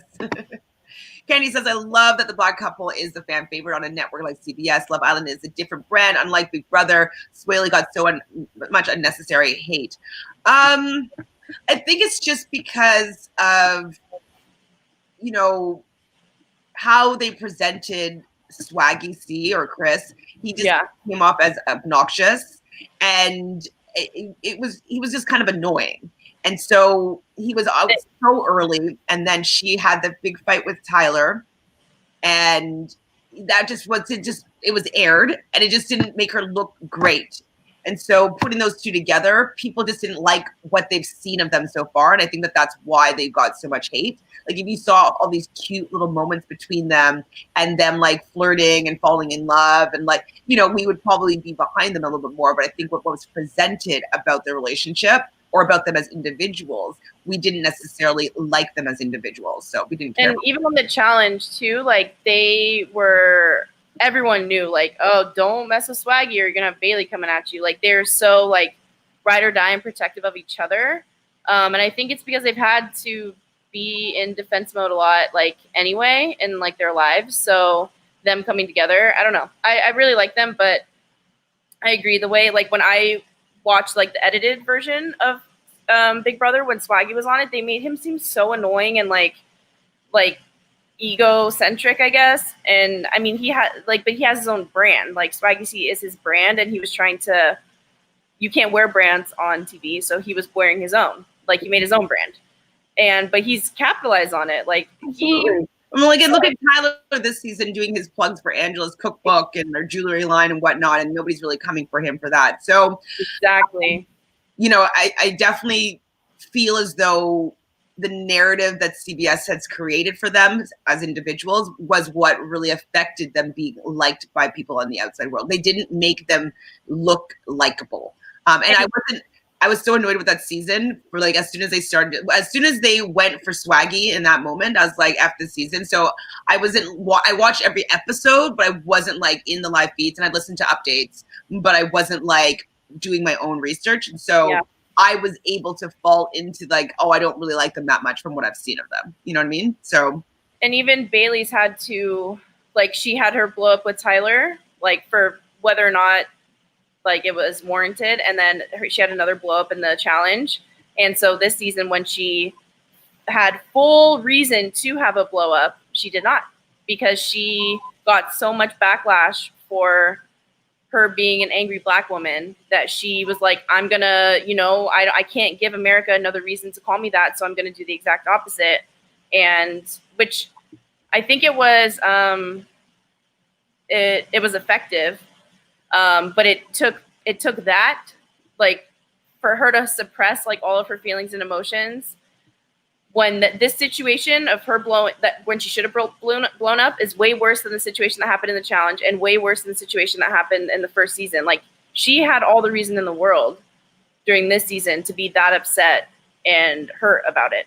I personally think, though, with how when Bailey blows up and she goes from 0 to 100, I actually think that is her being unhinged, in my opinion. And I feel I agree. Actually does need to maybe speak to somebody about managing her emotions a little bit better. And it seems to me when she has Swaggy there with her, she's able to kind of unload on him. But when she doesn't have either like Davon or, just like a confidant there that she like fully trusts to like kind of like unload a little bit, she holds it all in and then lets it all out when it's like not effective. And so I agree with you. I didn't think that it was going to be a good environment for them to put her into again. It seems as though they were doing that with the intention of having her blow up again because they think it's good drama. I don't think it's good drama. I think it's actually very damaging to her. I think that she might need to speak to somebody just about how to manage her emotions when she gets wronged by somebody or feels like someone did her wrong, or to process them, at least like realize like, so this made me mad. Okay, deal with it then and there instead of waiting. And I think if Davon wasn't in the house with her, I think she would have had another blow up. I wouldn't be surprised. And it's just like, and as much as I get like, oh, people are like, oh, like she's allowed to have her emotions and react however she wants to react. I'm like, absolutely. But I think that when I see the level, the height of the freneticness and the hysteria that she gets to, I think that's the unhinged element when I'm uncomfortable watching, because I think she's damaging herself. Absolutely. That's what I think that she needs to maybe take care of for sure. Yeah. Because she's not always going to be with Swaggy. She's not always going to be with Davon. She's got to figure out how to process that and handle it on her own. Yeah, for sure. I agree. Hey, it's Lau. Hi, Lau. How are you? So, not gonna lie, I would have probably taken the money to pay for college. LOL. If I wasn't feeling any long-lasting relationship, but I think that Justine and Caleb are endgame, and it was nice to see that he split it. I think that anybody taking that money would get so much heat. I don't know. I don't think that people would like that. that, especially if the guy takes the money. Oh yeah. And The see, girl- there's another double standard. It's like if the guy takes the money, he's a villain. But if the girl did it, we'd be like, yeah, take the money. I mean, it's the double standard because the guy's always lying about their feelings, and then Yeah, exactly. And like, it's just more likely that a girl would not do that. So, exactly. but if it was Sully and she took the money, I'd be like, yes, do it. I definitely would have wanted Sully to take the money. We would have been able to get behind her because then we'd have felt that she knew what was going on, would just end up playing the game in the end and outsmarted him. So that would have been pretty badass. Agree. Says Jaquan, Lauren is really scary to me. I laugh my ass off. Like, wow, what is it? You got it. You got it. Call the fuck up. Cracking the fuck up. Yeah, there you go. Cracking the fuck up. Okay. Jaquan, dead. She's probably the fakest thing about my Gemini babies, but was bashing Johnny since she left the villa. I don't know. She's definitely looking for some clout, Miss Lauren. Realist says they said the ladies' dresses came from TJ Maxx. Stop your lies. Realist. TJ Maxx. Sorry, I'm not American, but like we have Winners here. So Winners and TJ Maxx are like combined here in Canada because like I have a TJ Maxx card when I go to. We have like it's like TJ Maxx, Ross, and Marshalls are like all the same vibe ish, but TJ Maxx has like Home Goods too. I think. Do you have a Winners? No. Okay. Like Winners or Winters. Winners. No. Winners is like which is probably what TJ Maxx is, and so they're probably combined. Does TJ Maxx have like designer brands at lower cost, like lower price? Yeah, all three of those do. Like the Ross, the Marshalls, they all do, but the only difference is TJ Maxx has like a lot of like home goods, like candles. They have like a lot more of that than the other two. Yeah, so there's like a home decor portion of Winners. Mm-hmm. But I know like I have like a card, like a discount card that's like Winners / like TJ Maxx XX whatever. I mean, there could be Winners in like the East Coast, but I've never seen one here on the West Coast. No, I'm just saying that I think that like Winners is the TJ Maxx in Canada. Is what I'm saying. Oh, I see. Oh, you don't have any TJ Maxx? The actual Maxx. No. Got it. Yeah, probably. That's probably like the Canadian version. But like you can get all designer names for like low prices, and so if they got that, like that would make sense for those dresses because like they just look like they didn't look super hip. Like I can find some cool stuff at Winners or TJ Maxx, but like it's you gotta go. Like there's fewer and far. Well, for one of the philanthropies I like through my sorority, it was we went and basically we collected like prom dresses that were like lightly used over the years from like all these girls. And then we also had evening gowns. So we did a portion just for prom. So we had like a huge warehouse full of all these dresses that we had collected from the area that girls had already worn. So they were lightly used. And then for underprivileged communities, they were able, like their school brought them like a full day of school was bring these girls and we helped them try on all the dresses and find their prom dress. And it was all for free for them.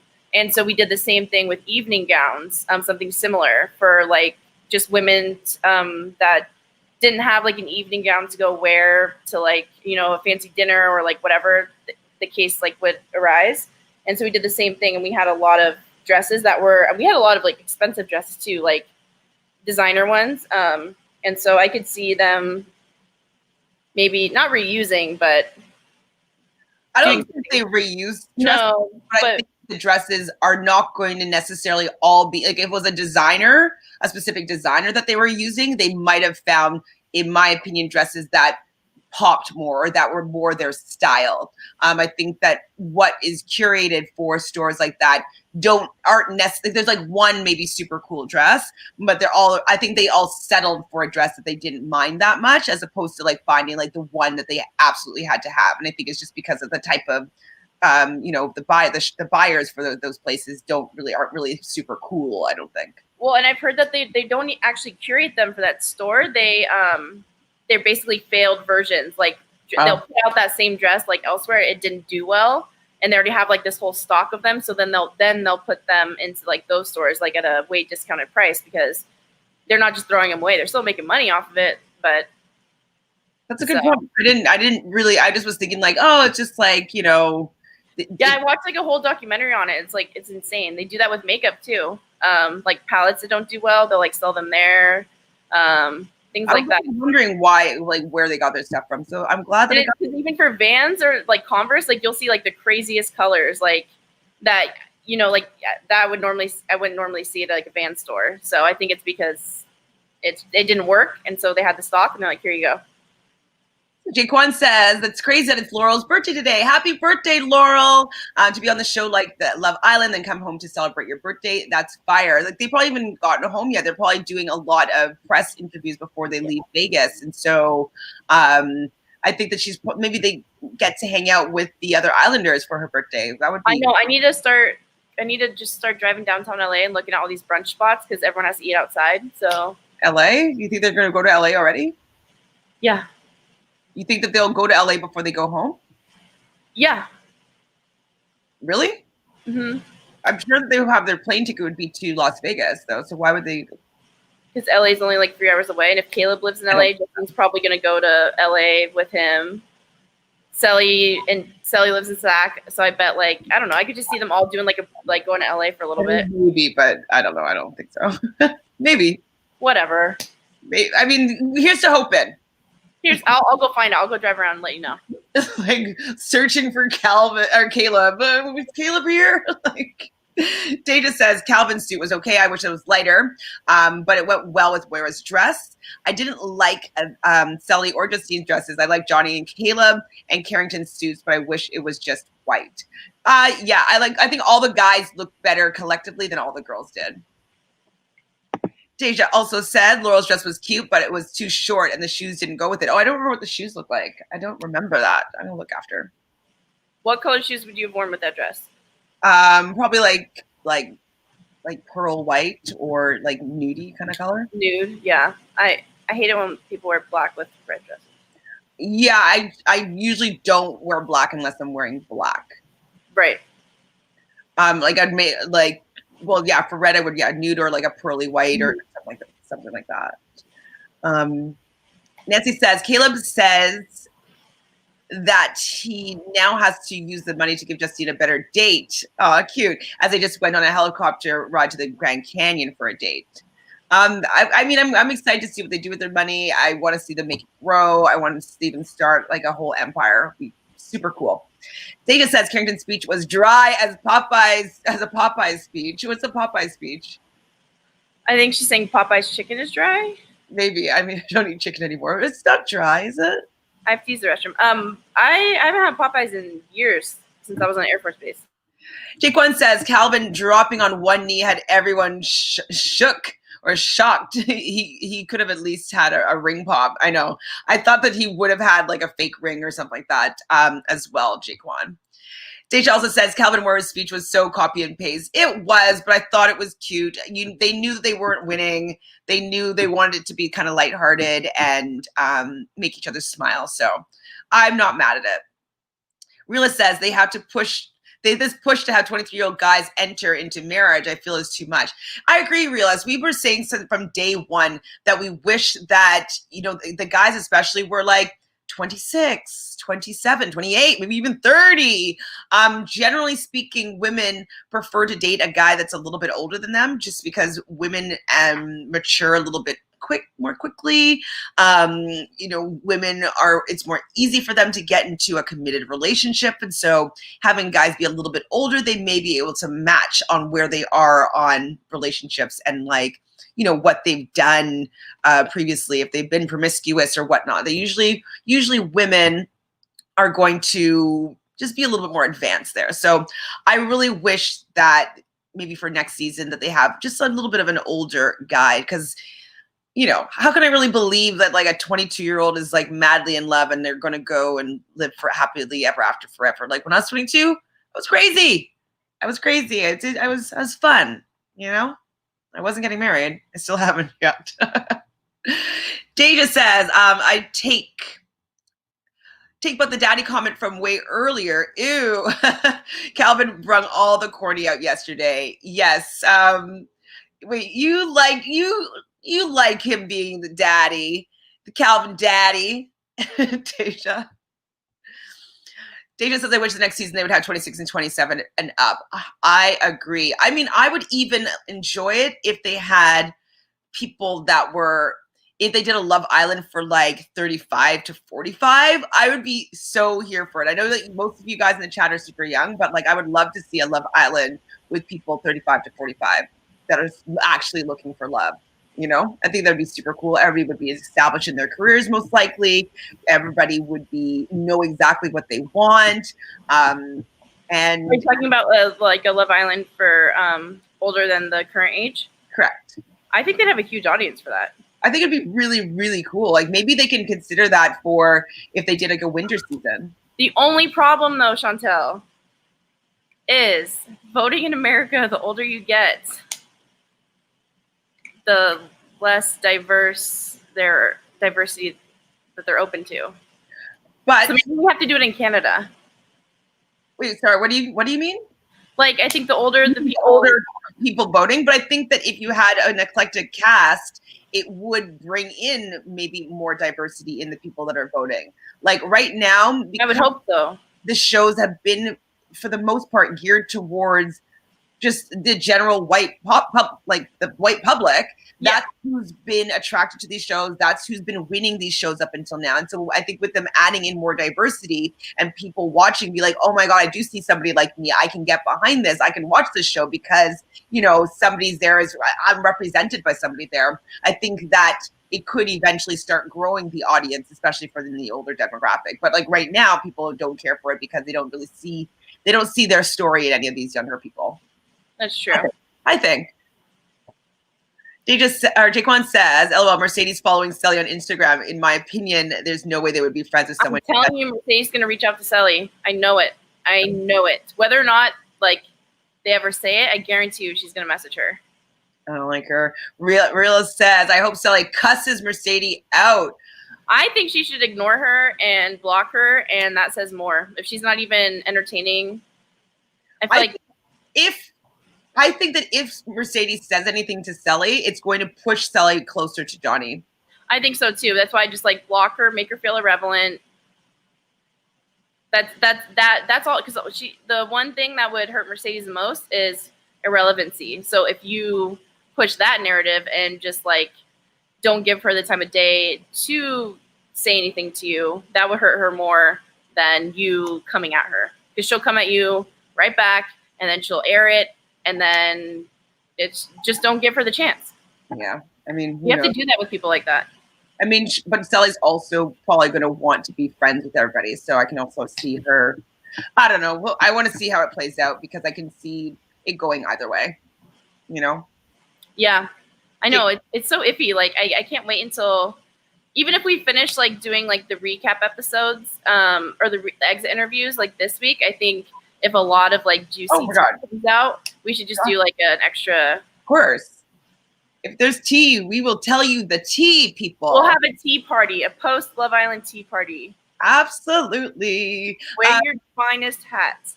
Jaquan says to Deja, normally in the UK, they have people from 20 to 30, but most people are 24 and up. Yes, there's been people that have been 30 in the UK version. It's actually very wide. You're like, oh my God, they're 20. Oh my God, they're 30. So it's a little bit of a wider range. But as I said a few episodes ago, is that I find that the people in the UK are ready younger for a love relationship. Like I feel that they're not commitment phobic like they are in the States. They don't have that same type of culture where it's cool to be, you know, especially for the men to be kind of frivolous and going, you know, promiscuous and going from girl to girl and not being in committed relationships. Or if they are, they're just blatant, like they're blunt about it. Like they don't beat around the bush and like try to play a game. They're just like, I'm single, I'm having fun, and then the girl knows that. And that's the thing. If a guy tells you that, then he did the right thing. Like Chantele says, it's a choice to be monogamous. And so if a guy tells you that, then you know what you're getting yourself into. And I think in the UK, they're just very upfront. And, you know, and I think that also helps things. So Deja says, oh my God, what are we going to do with my life now? Every day at 9 o'clock. I know. I'm gonna go through like hard withdrawals. Well, I'm definitely going to start watching and covering The Bachelorette. So that will take one day for sure. That's going to be a lot of content, especially in the beginning. And then Amazing Race will be another day. So I just need like, you know, a good 5 more days to fill up my 9 o'clock time slot. Deja says facts. If she does, I hope it will be on live. I want to have my popcorn ready. Absolutely. We should all get popcorn out, get our tea, get our hats, and watch it. Watch crumpets. The show. Divine Me says about Caleb's speech, while he was sitting on the bed with the boys, he said that his speech had to impress Justine, so she would always keep remembering it. I know that was really sweet. I remember that moment as well, being that, like, I like the fact that he wants to make her feel special, and he knows that she deserves to feel special in that moment. And so I like that he has that consideration about, you know, how she's going to receive what he has to say. I mean, it was super effective. Like, I hadn't thought about it in that way until you said it, is that I knew it meant more to me, and like I started crying. But when you said that she's actually believing what he said, that's huge. Mm-hmm. Rila says she'll probably be the bigger person, but I would be so here for her to get in it with her. Absolutely. I mean, whatever she does, I'm okay with. Billing coordinator. Yeah. Oh, sorry, we're that far behind. Okay, I'm gonna flow through these. Billing coordinator. Vicky. Hi, Vicky. How happy are you, Vicky? We love you too, Vicky. Thank you for jumping in. Sorry it took me so long to get to your Vicky, comment. our girl did it. Woo, woo, woo. Divine says to Deja, I'm with you, but I'm looking forward to the reality series. Justine is a billing coordinator, and she said she's looking forward to move a little closer to Caleb. All right. I'd be happy even if she moved to Sacramento, and then that way she'd be Sally, and then they could come visit Caleb on the weekends. Well, I can't imagine Johnny staying in, where is he from? Virginia. I'm like Victoria. I'm like, that's Canadian. You know, I can't imagine him staying there, knowing that all these opportunities and stuff like that are in LA. So I think he'll move too. Jake1 says Mercedes been on a little press run through it. It was BS. Now Johnny and Sally can speak their truth. Absolutely. I think it was really shitty that she was able to talk so much and like have her own story come out before people who she's talking about were able to defend themselves. The only good thing is that not a ton of people did watch her own YouTube video that I sent you, because I don't think she actually has a big following. So, but like obviously her going on and being featured somewhere would have a lot more traffic, which sucks, but I'm happy at least her YouTube video got not that many views. Yeah, I mean it probably will though, because she has a decent following on YouTube, but you know, this probably has a lot now, which is annoying. Chelsea says Justine said she would probably use some of the money to move closer to Caleb in the final speech, but when they came out of the water, okay. Kenny says, I love that the black couple on the network like CBS is a fan favorite. Yes, and not hate like Swaley on Big Brother. Yes, we agree, Kennedy. Big Brother needs to fire some editors here. Yeah, and some producers. Yep. Nancy says, I like Justine and Caleb and how they were going to split they're going at their own speed and won't try to put a label and rushing things, which I think is what helped Justine open up. Learn to love yourself, fall for him. That comment right there. The slow bird. She had to love herself in order to open up. I mean, says that I think that Justine and Caleb should stay away from reality TV. I know that Americans go crazy for it, but I think that these are much better in the long term if they stayed away from it. I mean, fair, but reality TV, yes, but I mean, I think they should do something in the spotlight. I also think that, you know, what they're going through is also opportunity for them, and so maybe they want to continue to make money off of the relationship that they cultivated. And I would be very happy for them if they were given an opportunity to have a reality television show or something else that allowed them to make more money or get more exposure or, you know, build their platform. And so yeah, it might ruin their relationship, as anything kind of will if it's not meant to be. But I mean, I still want to see them on my TV, and I think that they should still say yes to opportunities. Yeah. I mean, maybe if they were on the challenge together. That'd be cool. That'd be really cool. Realist says, yes, and I'm scared for them to be constantly under scrutiny. They're going to be for sure, man. Love is Blind had the perfect formula that allowed couples to get to know each other without the outside influence. Yes, it's true. It's interesting. I mean, no matter what coming out, like when you're on reality TV, you're gonna have some form of scrutiny. Like you literally cannot make every single person happy. I mean, it's unfortunate in this case, like they really have no ground to stand on, but it's gonna happen regardless. You just have to brush it off. Absolutely. They're gonna be like, oh, they did this show, or they did this show, or they didn't give money to this, or they didn't give money to that, or like, oh, they said that. Like, everybody's going to be all up in them, so they just might as well do what's best for them. Like even David, when he won the money on Big Brother, he said he was going to donate it to like a Black Lives Matter organization. And then like later when he was talking on the feeds, he said he was going to donate half of it. But it's like, and people were really mad about that. But it's like he's still donating money. It's his money. He doesn't have to donate anything at all. Like as soon as Black people get a check, they're like, everybody needs to have an idea of what they spend their money on. Like even just Oprah in general. And then you have Tyler who said that he wanted to, sacrifice himself for the cause, and then reneges on it, and then he's one of the fan favorites behind Janelle the next week, even though he didn't follow through. It's just and he won some money, and he's not being held accountable as to what he does with the money for the cause. But like what I was saying with Oprah is like, Oprah, has a school and just all these different things that she's doing to help other people, but it's not enough. It's like, oh, RuPaul is doing all these things to building a community, and it's not enough. It's kind of like, why does people need to have their focus on what Black people do with the money that they are able to create? It's actually quite annoying and frustrating, I find. It's like, let them do what they want to do it, even if they want to spend it poorly. Why do they need to do something good with their money? You know what I mean? Like, it's their money to win. They went through the experience. We did not.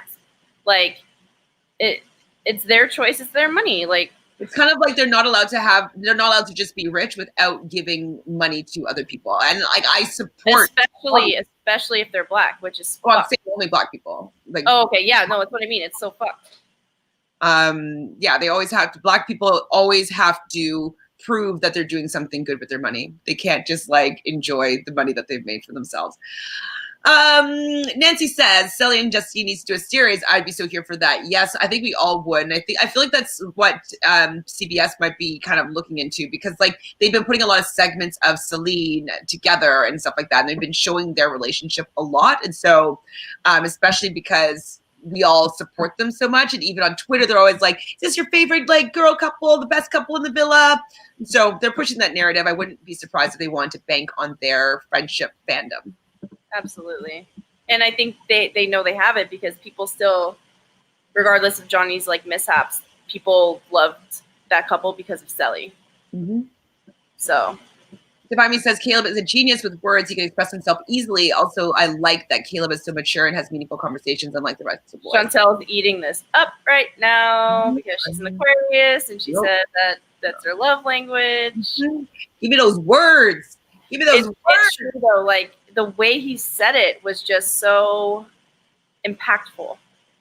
Right? But like, that's what I'm saying. Like the word, like when like I say things like that, it's like they mean something. They will go to your heart. But like, that's kind of like how we communicate. That's our love language. You know what I mean? And like, if you want to get really to him, like she needs to learn how to do some dirty talking and having like ways to make him imagine things. Like that's the way to an Aquarius's libido, we'll say. It's like the tease. It's all like the preamble beforehand. So hopefully. I think she has the sexuality. She just has to put it into words.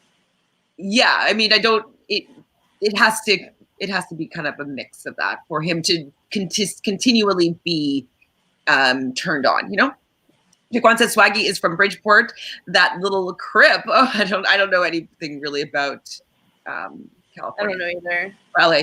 But he's also a chill dude who doesn't mess with anyone unless someone messes with him or his wife. He's a chill dude. He's making his money, buying his girl a Tesla. Like, I'm here for it. Like, do whatever you got to do. He treats Bailey like a queen. Absolutely. Kennedy says, right, Jaquan. Colburn. Hi, Colburn. Nice to meet you. Colburn says, something we don't talk about is that black guys who look like Johnny and Jeremiah, with rare exceptions of Caleb, do not date black girls because of systemic racism, anti-black ideology, and uncomfortable but factual. Yes, we've talked about We actually talked about that. Pretty much every episode we talked about colorism within the black community. I spoke many times about how my grandmother doesn't even like some of her own children just because she doesn't like their skin color. And not that I think that this is okay, but that it is a reality. And so, I mean, I think that was also what was a pretty big win for them coupling up and winning together, is because Caleb being a mixed race black man, being with a full dark-skinned black woman is not really the combination that is attracted to each other. And so, yeah, I think that definitely it's systemic. Definitely it's uncomfortable to speak about. Mm-hmm. And we said too that they need to do better of casting and finding people that are actually not just getting black men or black women, but finding black men and women that are attracted to other black men and women, because that it already puts them like in a lower spot. If just because they're black, just because you put black people on a show for love especially does not like make it diverse if they're going to be the first ones going home, because there's no one there that is attracted to them. So absolutely. And so that's something that we've been talking about this whole time, is that, you know, especially dark-skinned black women do never get a fair shot in these shows. And so we feel as though her winning is a really, really, really, really big step, like really big step. So huge. I'm so here for it. But thank you for your comment, Colburn. Like, I think that's very, very intelligent, and it's something that needs to be addressed on the regular, because I don't think that people even recognize that there is, you know, this stigma even really exists, because it's just something that's always just how it is. You know what I mean? Like, and people will say it's like, oh, I'm just attracted to him, attracted to. It's like, well, maybe, but then also could it be some of like your conditioning growing up as to what you've seen in front of you as what is considered to be attractive? And like, look at oh my gosh, what's his name on Love is Blind, who ended up the couple, the favorite couple from Love is Blind. Why am I Cameron. Like, they must have known that like his ex-girlfriends were also black. So even though he's not a black man, but putting someone on the show that is attracted to black women, at least make sure that a black woman is going to go far in the game or the show. So I don't know. Well, I mean, yeah, exactly. Like having that open-mindedness, so when they met each other, it wouldn't have been something that was like, no, I'm not really interested in that because I'm not sexually or physically attracted to them. And so, yes, some people will think that, no, I'm not attracted to them. It's like, oh, but maybe you're not attracted to them because we've been conditioned to believe that darker skinned black women aren't considered beautiful, sexy, desirable, or whatever other, you know, negative adjective you want to put towards their likability. Is just not what we're being seen. And so to show on this TV show that Justine is beautiful, that she's funny, that she's likable, that a light-skinned black man is in love with her, just to even show it, whether it's true or not, we're saying it's true, but like, no matter what, the fact that they showed this is going to change a lot of different perceptions of beauty and what is allowed, like what kind of love we're allowed to experience and what kind of love we're allowed to see. And that black love is acceptable. Exactly. I mean, it's just a small step. Like, no, I know, but I think it was necessary because reality TV is huge in America, and black girls, that it's possible for them to get the light-skinned guy or the love, because light-skinned guys usually do not, like, as a stereotype, go for dark-skinned black. Right. No, I'm so excited about this. This is like the best season ever. And Kennedy says, Swaggy is a brand. Christopher is quiet, chill, sweet man that they fell in love with. Yeah. As I said, he came on to promote it, but he didn't come on to promote a brand. But I mean, he took advantage of the fact that he can. And I'm sure that that's what CBS was pushing for him to be like. Like, he probably came into the audition like that, and you kind of have to stick with whatever kind of character that it seems that they're gravitating towards. And then you just go in with that. And then usually your real personality and self comes out after you have like the fake personality that you put on to get on these shows. But he wasn't there long enough to really have his true side come out. Yeah, because like even on the challenge, like Swaggy did not come off that way at all. Like Swaggy on the challenge was like friends with a lot of people, like he was a team player. So some Big Brother's making me like less and less excited, man. Realist says, no, we don't have winners on the East Coast. I think that in the UK they have a name close to TJ Maxx. And in the wealthy areas on the East Coast, they carry high fashion brands like Fendi and Gucci. Yeah, so the winners in Canada, it does sometimes have high and like brand like Fendi or whatever, maybe not Gucci, but they will have some high like fancy brands for sure for a discounted price. But I think it's for the same reasons that you're saying, because I'm like, I've never seen that style before, and that makes sense now. It's a failed style. Failed style. It's failed for their real store. I mean, I've had friends that have found like Kate Spade purses or like, I don't know, like just name brand things there that people have like been in love with. Oh, for sure. Like I have this amazing Karl Lagerfeld watch that's like friggin' gorgeous, and like it was probably originally like $800, and I got it for like $150, and it was like a nice friggin' watch. So, so yes. Realist says, wish they could have gotten justice from Revolve. I know. Like, I mean, it's just who the sponsors were, I guess. Boo.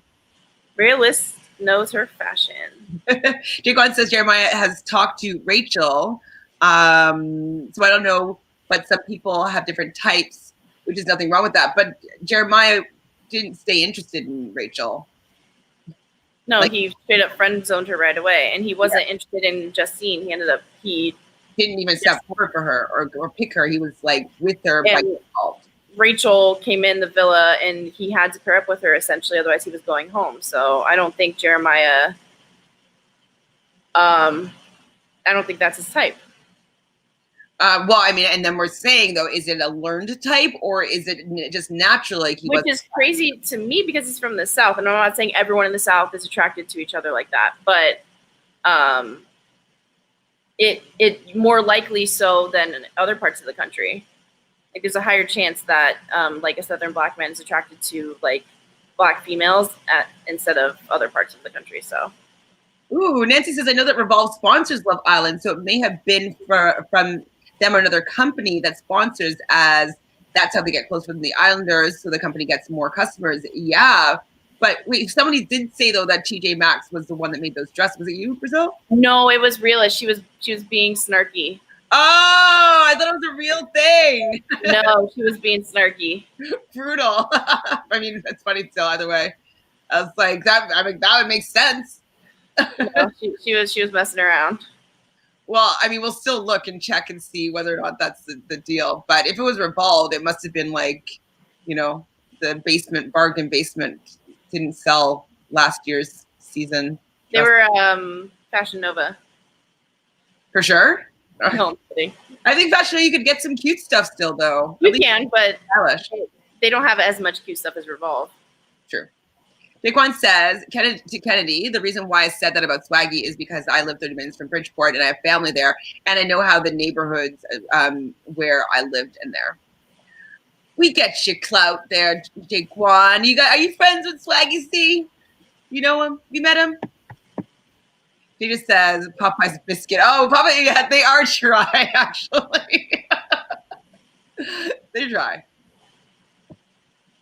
Realist says Laura should have had on a gold strappy shoe. Those clear shoes she had were too heavy with that block heel for the evening look. I didn't look at it. Did you find the picture?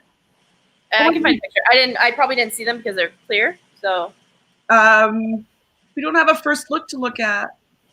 Somebody said, you guys think that what we were shown was take two of the results being announced. Neither couples look a bit surprised at the results.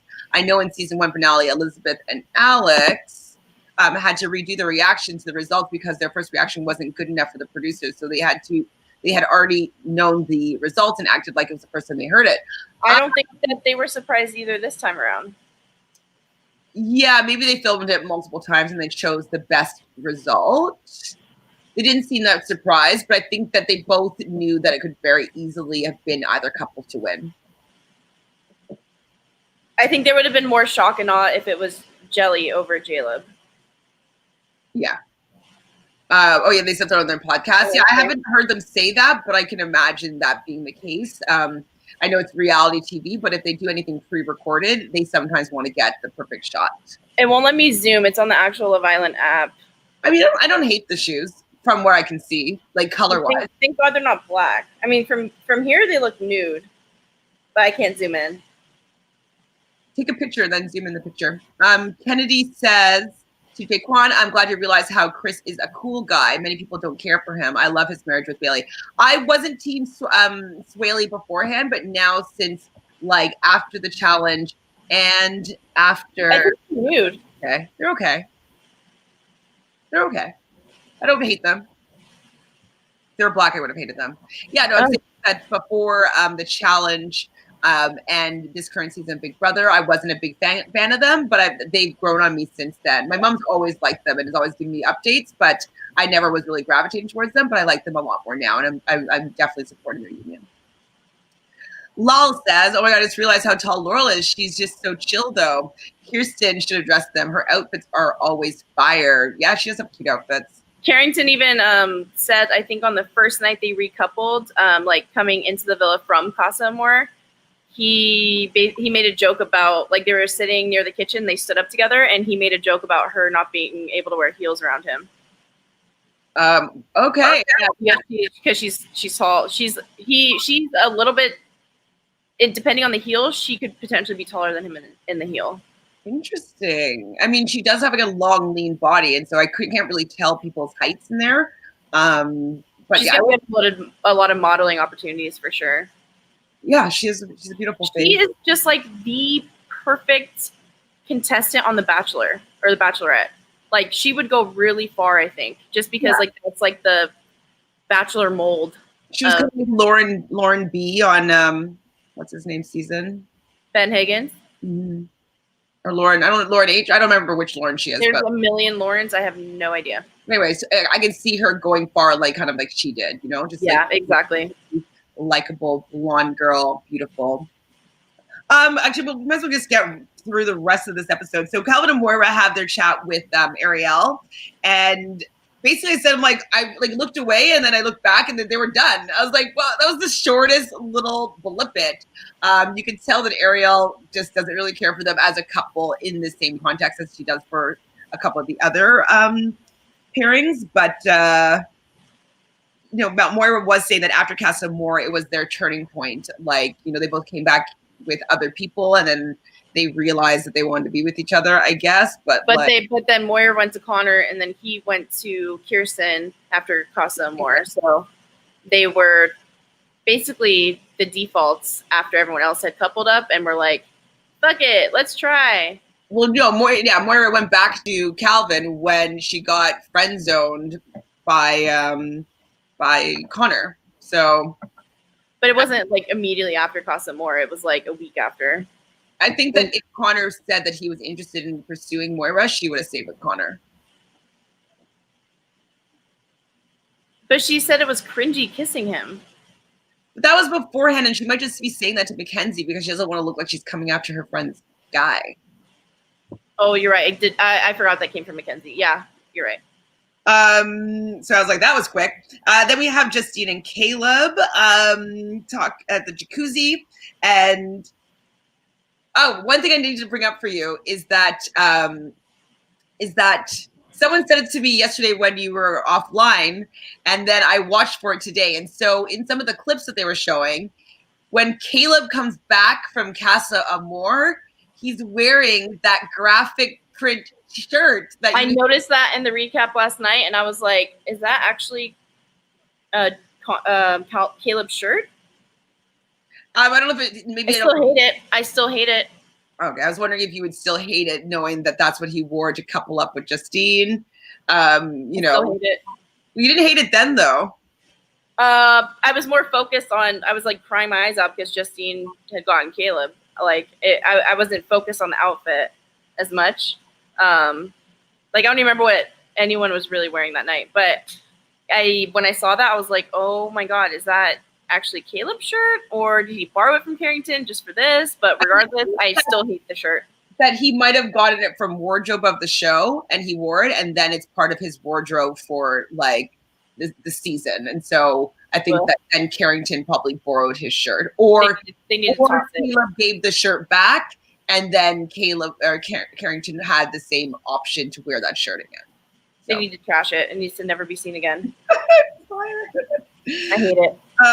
So Ariel was really excited about talking to them. Like, you could see that she already knew that they had won, or she started seeing a little more footage of their relationship. But yeah, this was the first time I've seen her talk to them and be excited. Because we talked about this before when you said that she was crying for Johnny and Sally's recoupling, but not for Jaleb's when everyone else was.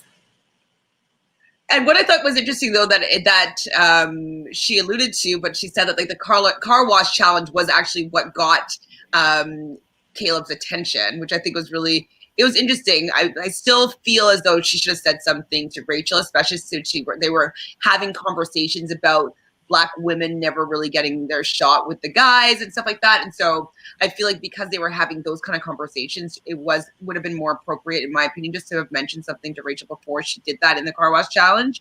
But I think now, though, Rachel has, I doubt Rachel isn't happy for them. I think she would still be happy for them. I think for sure, but she also said that she was never really going to be friends with her because like of that kind of action. And I would probably not be friends with Justine as well. Yes, she may have done the right decision because she did get the guy in the end, but like how she did that to Rachel, like her going in, making her mark, calling their shot on the guy that she wanted, fair game for sure. I just wish that one little bit.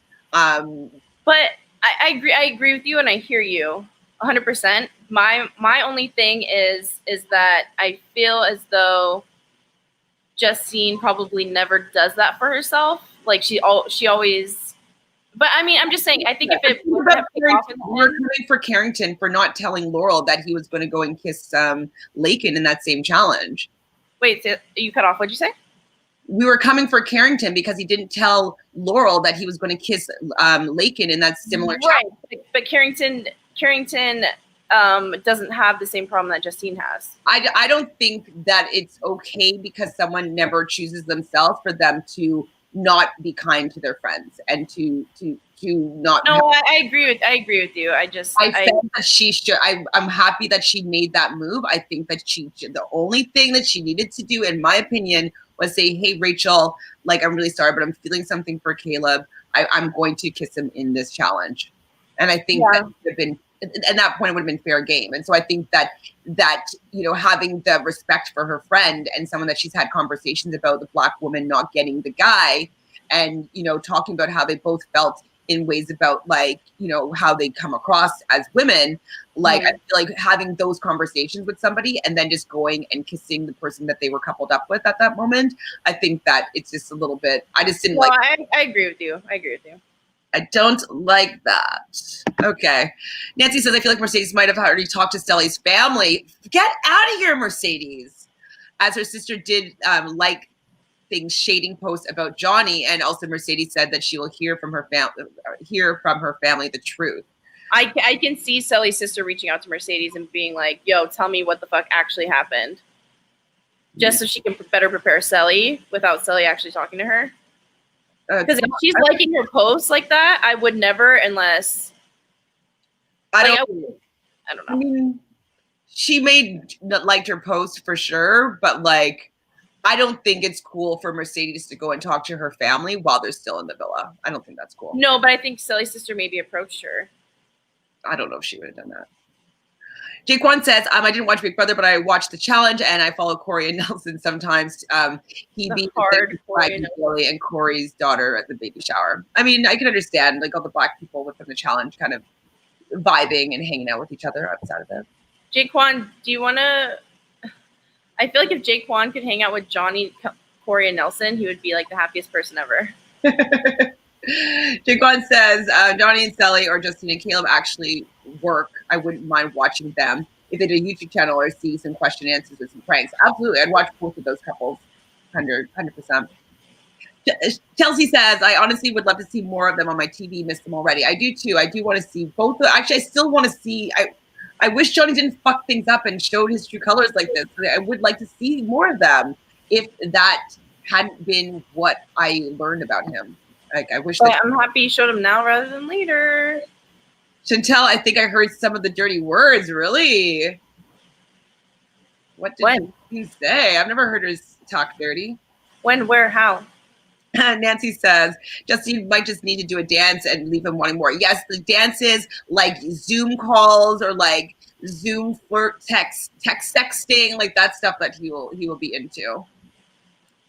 So she has to be not shy there. Penny says Justine and Caleb reminds me of Clinton and Uche from Are You the One? I think that they are engaged, or they might have even gotten married. They definitely stayed together after, and I can see that. That's a good comparison. But I did definitely, though, they really gravitated toward each other and vibed in that season for sure. Realist says, I feel like the majority of Black men on the show definitely have learned preferences. Conventional beauty standards absolutely have cognitive effects. All the commercials, all the advertising, everything that you see that you don't even think that you're paying attention to is all ingrained. Do you know how long it's taken them for me to even be able to find foundation in my skin tone?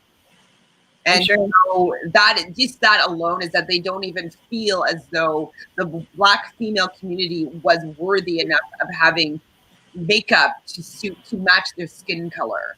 You know what I mean? So I have a friend at work, and for the longest time, she told me this recently actually, that for the longest time she had to spend double the money on makeup because she had to buy 2 shades and mix them together. Absolutely. And that's actually what I'm doing right now. Like, I got some free shades of something that I did, but like I'm mixing, like I have a sample that I got from whatever, and then this one's too dark for me from that I got when I was doing the show, whatever. But it was like I have to mix every day right now too. I mean, there's definitely tons now that are my skin color, right? But like, there's not that many. You know what I mean? Like, yeah. I usually use NARS. Has my skin color, but other ones, some are too light, some are too dark, some are too pink, some are too like bluish. And you know what I think started that conversation actually, which is kind of crazy, is America's Next Top Model. Because I know whatever brand that was, like CoverGirl, I think it was CoverGirl or L'Oreal, after America's Next Top Model, I know that they had Black women come off the show and promote like actually being able to have a shade of makeup that matched theirs. And I think they were the first ones, whichever line it was the first one to kind of open that door. But yeah, I don't know. It's crazy. I think that a reality show like actually brought light into that. Well, I mean, it also helps that the showrunner is Tyra Banks, who is a Black woman. Well, I mean, yeah, but I'm still happy it happened. No, I'm just saying like that would be a way that it came through. It wasn't just some random TV show where that became the topic. I think it was helpful that Tyra was heading that show and she was the host and the conceptualist, that it became something that was dealt with. So absolutely, it was groundbreaking. Yeah, because they even promoted they used like that makeup in a few of the challenges. Because I mean, obviously like the sponsorship or whatever, but I don't know, I thought it was really cool. Even back then, I was like, that's cool, because my cousin said the same thing. She's like, I literally have to mix together all these makeups to find my own skin color. Yeah, it's actually pretty challenging. And I don't know if we talked about this, but definitely when around June 2nd was happening, and I was having a lot of interviews with people about race in film and television. And so I was talking about the fact that chances are on a film set, it will not be a makeup artist that has like shades that are my color. And so I actually always, whenever I'm on a professional film set, so whether it was Arrow on the CW network, these are big shows, network shows, that I always bring my foundation just in case they don't have colors to match my skin tone. So, do you want to know, my friend is a makeup artist and she's Black, and she kind of went viral because she was one of the only ones that knew that was a problem and was able to bring every skin tone she could think of, or able to mix it really well to where she could match it perfectly for her client. And till this day, she's like huge in makeup because of that. Even hair as well. I'm just like, oh my God, like I don't know if they're gonna be able to do it or whatever. Like, it's just, there's very rarely are there Black women on film sets in Canada. Even on, do you watch This Is Us? I've seen the first season. Okay, so, and the part that really got me in the pool when she like her the son was Black or whatever, she was like, the Black mom was kind of being like a little snarky to her, like at the pool, and then she was like, do you even know how to cut his hair, or like, do you know like how, and then she was like, no, and she's like, oh my god, like let me help you. And just even like those little things, like, I don't know, it's crazy, and it's things that people don't think about. But Hundo. Before Nick says to Kennedy, love Clinton and Uche. They are engaged. Jaleb, remember of the Obamas. Not sure what the rest of that means, but we love. Maybe it's a joke. Maybe I don't get it though. Obamas. I'm trying to. I don't know. I'm not sure, Nick, here what you're saying here, but maybe it's a joke. I'm not sure. Clinton and Uche, yes, like I was saying, I think that they're engaged as well. I had heard that. She says, "I'm sorry, but I would not have jumped in that pool." It's the thing. It's the thing. If everyone hated the dresses and hated the makeup, who cares if they jumped in the pool? I was worried about Justine's hair, though. I guess I know. Realist says $3,000. Congratulated Justine and Caleb. I feel as though she's genuine in uplifting Black causes, but doesn't really grasp Black identity fully because she was raised by a white family. That's hard to navigate. I can understand that too. I feel like she's happy for them in the sense because they won. Like, so it was worth it in the end. Yeah. I don't think as a friendship level, she appreciated how Justine went about. No. I mean, color aside, like that would have been a fucked up thing to do, but more so because they had that conversation about being Black women in the spotlight where they normally don't have like this opportunity. So I agree with what you're saying. Jane just says it was uncomfortable watching women shower outside with soap in their bathing. They definitely had diarrhea. They were both swallowing a lot of soap. Ew! Oh my god! I was like, they were kissing and there was soap running down into their mouths. I was like, that's not good. Ew. That's not good. Nancy says, did you guys see Trey saying that people should thank him and not dislike him because he said without him, Justine would have went home and he wouldn't have had the chance to meet Caleb and win Love Island. I think that's true. I mean, it might be true, but people should not be fucking thanking Trey because I think he's saying it to be like, you should be thanking me, not giving me hate for not like picking her. Who's still even thinking about Trey at this point? I'm sure people are coming for Trey. Well, get over it. Like Trey, I wanted you to say, Trey was very close to choosing Caitlyn. It was a very close thing, and I agree. By Caleb the other way. I agree, but when I look back at everything, like I'm not like I didn't even remember that. I wasn't like it's like Johnny.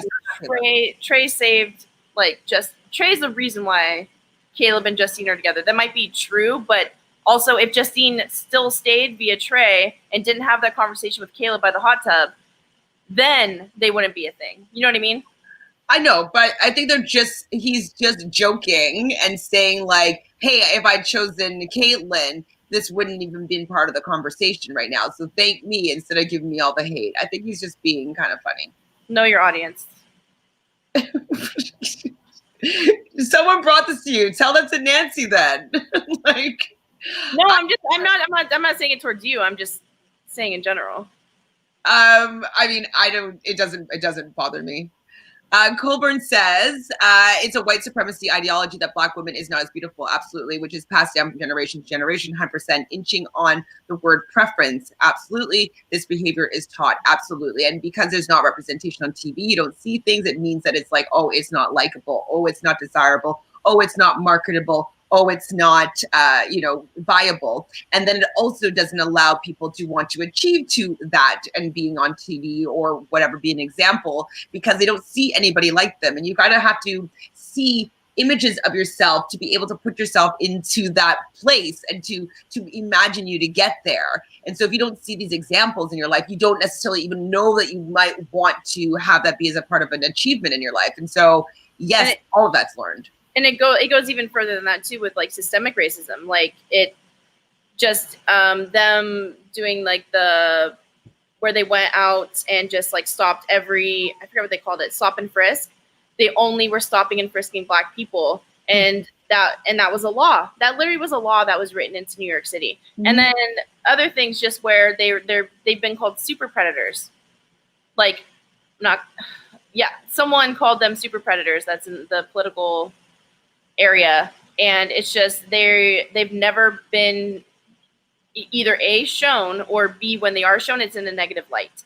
And so it's a combination of things that you grow, and you as a child are like, your brain is a sponge. Like everything that you hear around you, you believe. And if you're at school and your friends are saying this because like they heard it from their parents, or they heard it from their teacher, or they heard it from the news, like you begin to believe it without even realizing that is something that you believe. Absolutely. And then once you become older, that's where the preference comes in. Like you're just like, you learn as a young kid, okay, Black bad, or Black, there's no role model for me. Like, and so it just becomes a way of, you just don't believe that it's a possibility for you if you're a Black person. Exactly. Like it's like that's just not a possibility. And so like now when you see like Obama being president, it gave people like young boys or young women like be like, oh my God, it's possible for a Black person to be president. So it can be a dream of mine. And so, you know, I'm obsessed with Hamilton, but you know the I forget his name, but he played George Washington. He did the voice of the guy in Moana, the big, I forget his name, but whatever.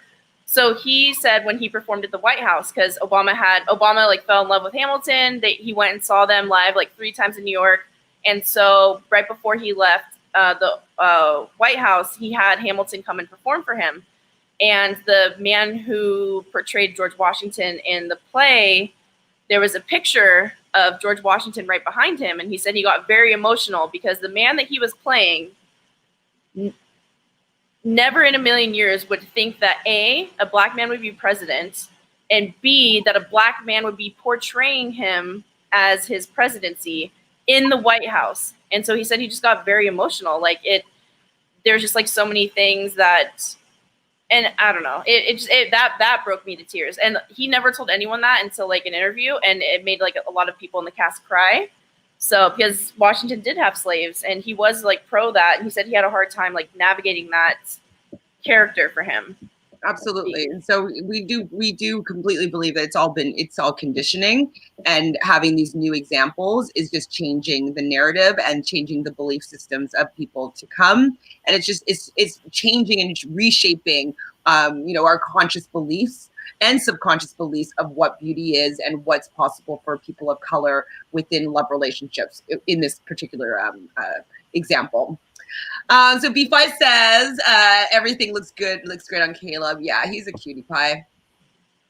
Daquan says, Nancy, in a way he's right, but I don't know the way he said it was disrespectful or not. Yeah, I know, I'm agreeing with you, Daquan. Like, I think that he was kind of joking about it personally. Divine Me says, I saw an interview with Matthew Hoffman in which he says that he's very happy for Jaleb and knows that it's true love. That's cool. We don't really hear about him. That's the narrator talking that much. Yeah, and it's crazy because he's the one dissecting. Like, I guarantee you, he narrates for more footage than we're shown, so he probably sees like everything. For sure, or like maybe he just gets the edit before it goes out. Or like he, just in case like something flops and they have to put in a new edit, they already have his voice over it, so he probably gets like at least the B-reel. Yeah, I'll probably get some other little moments that he can talk about for sure, because then maybe they snip it all together for the unseen bits. Rila says Mercedes would have blabbed if she spoke with Sully's family. Yeah, she would have. I'm not a big fan. One says, Brazil, you got jokes? What were you making jokes about? LOL. Probably about him hanging out with Johnny, Corey, and Nelson. Nancy says, I think that Justine was going to tell Rachel, but the challenge happened, so she may not have gotten the chance, but Rachel did say that she's fine with her and is supporting them. Yes, but she just also said that she wasn't necessarily interested in having a friendship with Justine.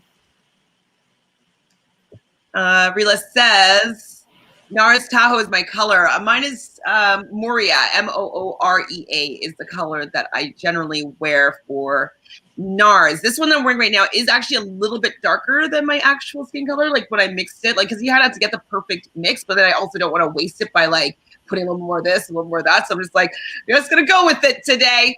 I'm going to look a little bit more chocolatey or almond. Almond. You always look beautiful, Chantele. Thank you, kindly. Divine says, I mean, Chantele, the ambiguity you referred to when you talked about Caleb, the Aquarius, I often noticed during their conversations. Ambiguity? What do you mean?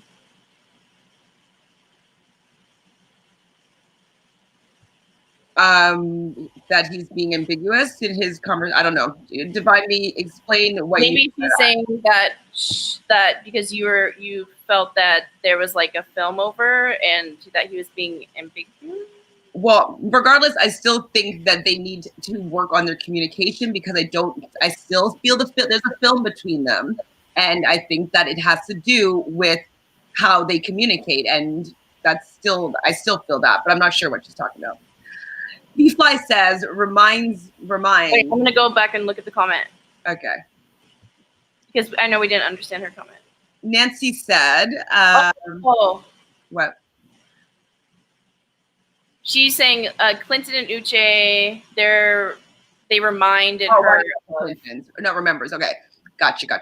Nancy says, and I feel like she's now looking back to see how Justine did when she did and wishes that she may have went different, but can't wait to see her. And she did actually have a friendship with her. Yeah, I mean, yeah, things might change now that like the game is over and the show's over, and if they come and talk after, maybe they can be friends. But when she first came out, I think that she was a little bit like hurt that she felt like stabbed in the back basically by her friend, her closest friend in the house. Nancy said, for a guy too, because like that's also like would be kind of shitty, you know what I mean? Like they're both talking about how they don't necessarily have, get the guy, and then one girl's kind of with the guy. And I think she was more hurt because they were both Black women. Absolutely. Just like, I don't know, why would you take me down? We're supposed to be supporting each other. Right. Nancy says, and that Love Island didn't show that as they wanted to put them against the other or views. She's saying that Love Island didn't want to show that they had talked about it, maybe, but Rachel said herself that. Yeah, but it was after it wasn't on the show though. Yeah, exactly. Reela says Trey is still searching for a moment. He's doing interviews with Reality Steve, etc. Trey shows Justine as a safety net. So please know we thank Destiny, not you. Bye. I agree, realist. Fine. EJ, how are you? EJ, how's your classroom today? You should see the interview that they did with EW. They're moving to LA in 2 weeks. No surprise. I can't wait to see Justine and Sully do something together. I mean, I do love Johnny and Sully together, but I don't know if I like Johnny as the whole version of Johnny that we've seen. Like, I'm sorry. I thought Justine and Caleb were moving to LA in 2 weeks. My bad. Yeah, I didn't know why you were yelling there, but because it was guys. It was about Justine and Caleb. Sorry. Melanie, hi, nice to meet you. Thanks for joining us in the chat here. So Melanie says that I think that Trey picked Justine as the safety net, so he could always be partnered up with her because no guys were interested in her. He thought that she would always choose him until he picked a new girl. I agree with that. And that with him, if he were to chosen Caitlyn, it might have just been a fling thing. And if somebody else came along, he wouldn't have been surprised if she jumped ship. And so, yeah, I do think it was a safety net thing, but I also think that he was just kind of like is teasing the audience, being like, giving props for the fact that like I chose her. So just lastly, though, we'll finish talking about Justine and Caleb with speaking with Ariel. And they're just kind of talking about, it was a lot of emotional highs that they had in this villa, which I think is really awesome.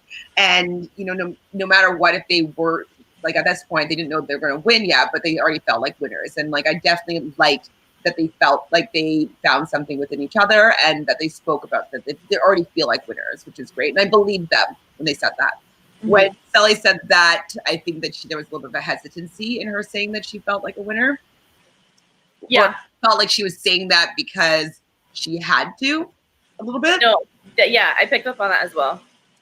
Carrington and Laurel talks to Ariel, and you know, I felt that their relationship, I felt it when I saw all the different clips, that it seemed as though they worked better. Like they seemed like they clicked a little bit better when you're seeing all the little bits and pieces together. And you said that in the beginning in Casa More. You were like, I think that they're like clicking way more than he's clicked with anyone else. Mm-hmm. And that they have the potential to click. I think it's just Carrington not allowing himself to. Exactly. Because like what I was just going to say was that Carrington seems like, you know, whenever they're in conversation, he doesn't keep those moments going. But like in the moments, I do feel like they do vibe really well. I think that I'm agreeing with you here that I think that he doesn't allow them to go further because he's a young guy that is going to be excited when he gets all famous. He's going to go looking for Lauren. Mm-hmm. And so they talk about the fire pit kind of being significant with a lot of different moments that they had there when, and you know, it has been a couple times that like he made her feel like shit basically by like searching out with other girl. And then he does end up choosing her in the end. And so I wonder if that's going to be a pattern in their relationship. It's like, oh, we're not together. I'm going to start messing around with someone else. Oh, I don't like her as much as you, Laurel. Let's get back together. Like, I don't know if it's like going to be that back and forth pattern between them moving forward. It's going to be. And then lastly, though, so, you know, we get to the final recoupling, not recoupling, but giving the money out ceremony. In fourth place, we were right with what our picks were. So fourth place was Carrington. Third was, or I called him Laurington. Laurelington. Third place was Calvoira. Second place was Jelly. And first place was Jaleb as the winning couple. So, you know, we've gone through a pretty big journey with these couples. And, you know, I definitely, regardless of the spark or not spark or whatnot, I do love the journey of this couple and what they stand for, what they're working towards. I'm really happy to see it on my screen. I'm willing to put, you know, love and energy and positive energy towards them doing well moving forward because I want to see that as an example as well. So I'm here for it. I'm loving it. I think they could do big things together. I hope so. Like for the Black community in general, I think they have the perfect platform for it. I know. Hi, Mary. How are you? Hi, Mary. Says, hi, guys. I'm at work, but I just want to stop by and say hi. Well, hello. I mean, we've already done 2.5 hours. I'm not going to 3 hours because I actually have to do something like 45 minutes ago. So, dirty words. What? Ambiguity with dirty words, I think. I'm not sure what that means. Clarify, please, Divine Me. Ambiguity with dirty words. Did he say dirty words before? Chantele, I think I heard some of the dirty words. And then she said, I saw an interview with Matt. Oh, no. Oh, I mean, Chantele, the ambiguity you referred to when you talked about Caleb, the Aquarius, I have often noticed during their conversation. And so we asked her to explain, and she said dirty words. Do you understand what this means? Okay. No, sorry, Divine Me. Anna says Rachel did not like Kayla. I mean, it's probably some shade towards me in some sort of way, but like I don't get it. So Anna says Rachel did not like Caleb like that. I will personally never understand why she was that pressed after the show. I think it was just because they had a conversation as two Black women and Black friends and darker skinned Black women in the house. And she thought that there would be a respect level of them having similar life experiences.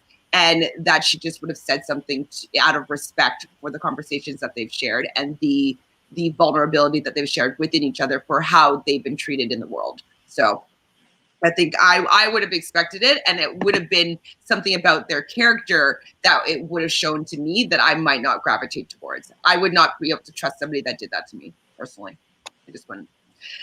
Anna says, especially when she claims that Justine and her weren't close. No, she did say that they were close at that time, but she was closer to other people. Dawn. Hi, Dawn. How are you? Dawn says, I think that people who have come out of the villa, only Trey and Rachel have anything bad to say about Justine. It's a shame, all this Black excellence, and they've got to hate. Well, I think, though, that they've had their experiences with her have been a little bit different than, you know, everybody else. And It's just, you know, Justine did do something to Rachel that she may not have done to the white person. You know what I mean? She may not have felt that she could go. This is just me kind of putting it in a different perspective. Like, if it was somebody like a white girl that was paired up with him, would she have been so bold to do that? It's just a question, but like maybe not. And maybe because she was Black, she felt that she could do that without, I don't know. It's just interesting. I don't think though that Trey has given Justine any hate though. I think if anything, he's been saying, like, praising her and their couple, her coupling up with Caleb, from what I've seen. Ms. Love, hi there, nice to meet you. Ms. Love says, I think Justine should get into hosting or something like that if she moves to LA. Yeah, I agree. I think Justine would be a really good teacher because, like I said, because I'm like kids at that young age are so impressionable. I think she'd be a very good role model. I would want something a little more exciting for her than a teacher. I mean, teachers are lovely. I've had some really great teachers in my life. I've never had a Black teacher actually in my life. But I don't think that being a teacher is on her life path personally. Nancy says, yeah, Rachel did say that she knows that she didn't pick her as she didn't really show interest towards him, and Justine did. Yeah, Rachel did say that she knows. I think it's it doesn't matter what Caleb did. I think it was the not saying anything before the car wash. And I think that I still feel as though she should have said something. Dawn says, Lauren has a boyfriend. Yeah, she better be playing ride home and she's out here staging paparazzi shows. Lord. Yes, I know. We talked about this earlier, that she's definitely clout chasing and she probably had that boyfriend beforehand. One says, LOL, I wonder if Johnny and Carrington are going to do after the Island interview because they were talking a lot of junk about them. Absolutely. If they do, they better not try to act all nice and keep the same energy. They are definitely going to be very nice to both of them. I don't think that they're going to give them as much heat as they gave them when they weren't in front of them. Okay, Tabami will explain later because she's in a meeting. Nancy says, people are giving her hate.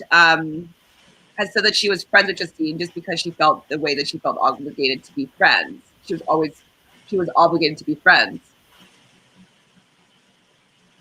I don't know. From what she said in the interview that she said right out after, I didn't feel that she was lying about their relationship. What she said was that she felt that they had a friendly relationship, that they had some important conversations, and she felt as though that it was a stab in the back, basically, just for her not being upfront and honest from the conversations that they had previously. And that's it. And that she feels, and I think that also because of those actions is probably why she doesn't feel that there's a friendship between them, because a friend would never do that to a friend in that fashion.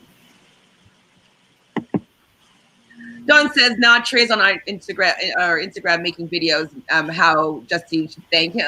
It's just, he's just being a brat. Like, I don't know why we're getting so pressed over Trey saying that you should thank me. Like, he's just being a brat, I think.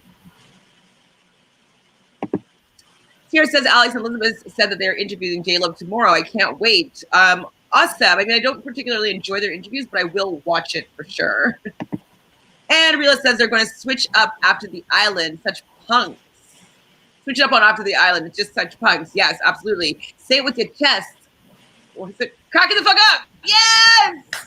Got it. I remember it. LOL. Nancy says, but Rachel later explains that she only said that out of anger and she didn't mean it in that way. Okay. I only saw that one interview with Rachel after, so I don't have any further context to how she feels now. Realist says, I heard very quickly in their live that Elizabeth and Alex have a press pass to interview everybody. Yes, and I heard that they can't do lives. They have to do a pre-recorded interview, and so it's probably, they probably have guidelines as to what they can and cannot ask or cannot respond. And so I know Cher has an interview that's up right now, and someone else has an interview with them that I haven't watched yet. But there is a lot of content coming out. So we're still going to watch some of those stuff, and we'll come back as long as we have things to talk about with you guys. So we got through it. We watched all of Love Island season 2, 34 episodes. I hope that they have a reunion episode with some tea. Just so we can see what happens after sees Love Casa more, all that jazz. Kristen, what's happening now? Oh, she said she is close with Kirsten, I think. I don't remember. Okay, I'm sorry, I don't remember what this is referring to. Trying to look, but yeah. But so tomorrow our plan is to recap. Well, okay, so what happens if like a lot of the interviews aren't posted until there is a few interviews that we haven't talked about yet, so we can just talk about. So tomorrow we'll come on at the same time then to talk about probably about like Mike has an interview, a couple interviews up, I believe. I think DeAndre has one up. I'm not sure about Pat, but he might have one up. CJ says, thank you so much. We love you guys. We love you too, CJ. Thank you. Chelsea says, thanks, guys. Thank you, Chelsea. Anna says, Kristen, yeah. You on After the Island. Oh, yes. Thank you. Sometimes you need context because I have like 10 conversations going on in my head. And I'm like, I didn't line up what we're talking about. So yes, Kirsten is the other interview on After the Island I haven't seen yet. She's had a lot of stuff on her, on her Instagram that I would like to go and take a look at. So basically any content that we haven't talked about fully and in depth that we find for tomorrow, we will come to the table with any new tea. And if you guys have any new tea that's come out, definitely bring that with our conversation for tomorrow. We'll definitely be looking on Reddit to see if there's any more information about this alleged girlfriend or person that he was seeing, to see if there's any clout or relevancy to her claims, just to debunk that if that's the case. Other than that, do you have anything else to say, Brazil? Peace and blessings. Love you too, Jaquan. I will be continuing following the channel. Thank you so much. You are our biggest stan, and we love you. We love it. Should you post the link? Can anyone that's still here, please just reply to the survey?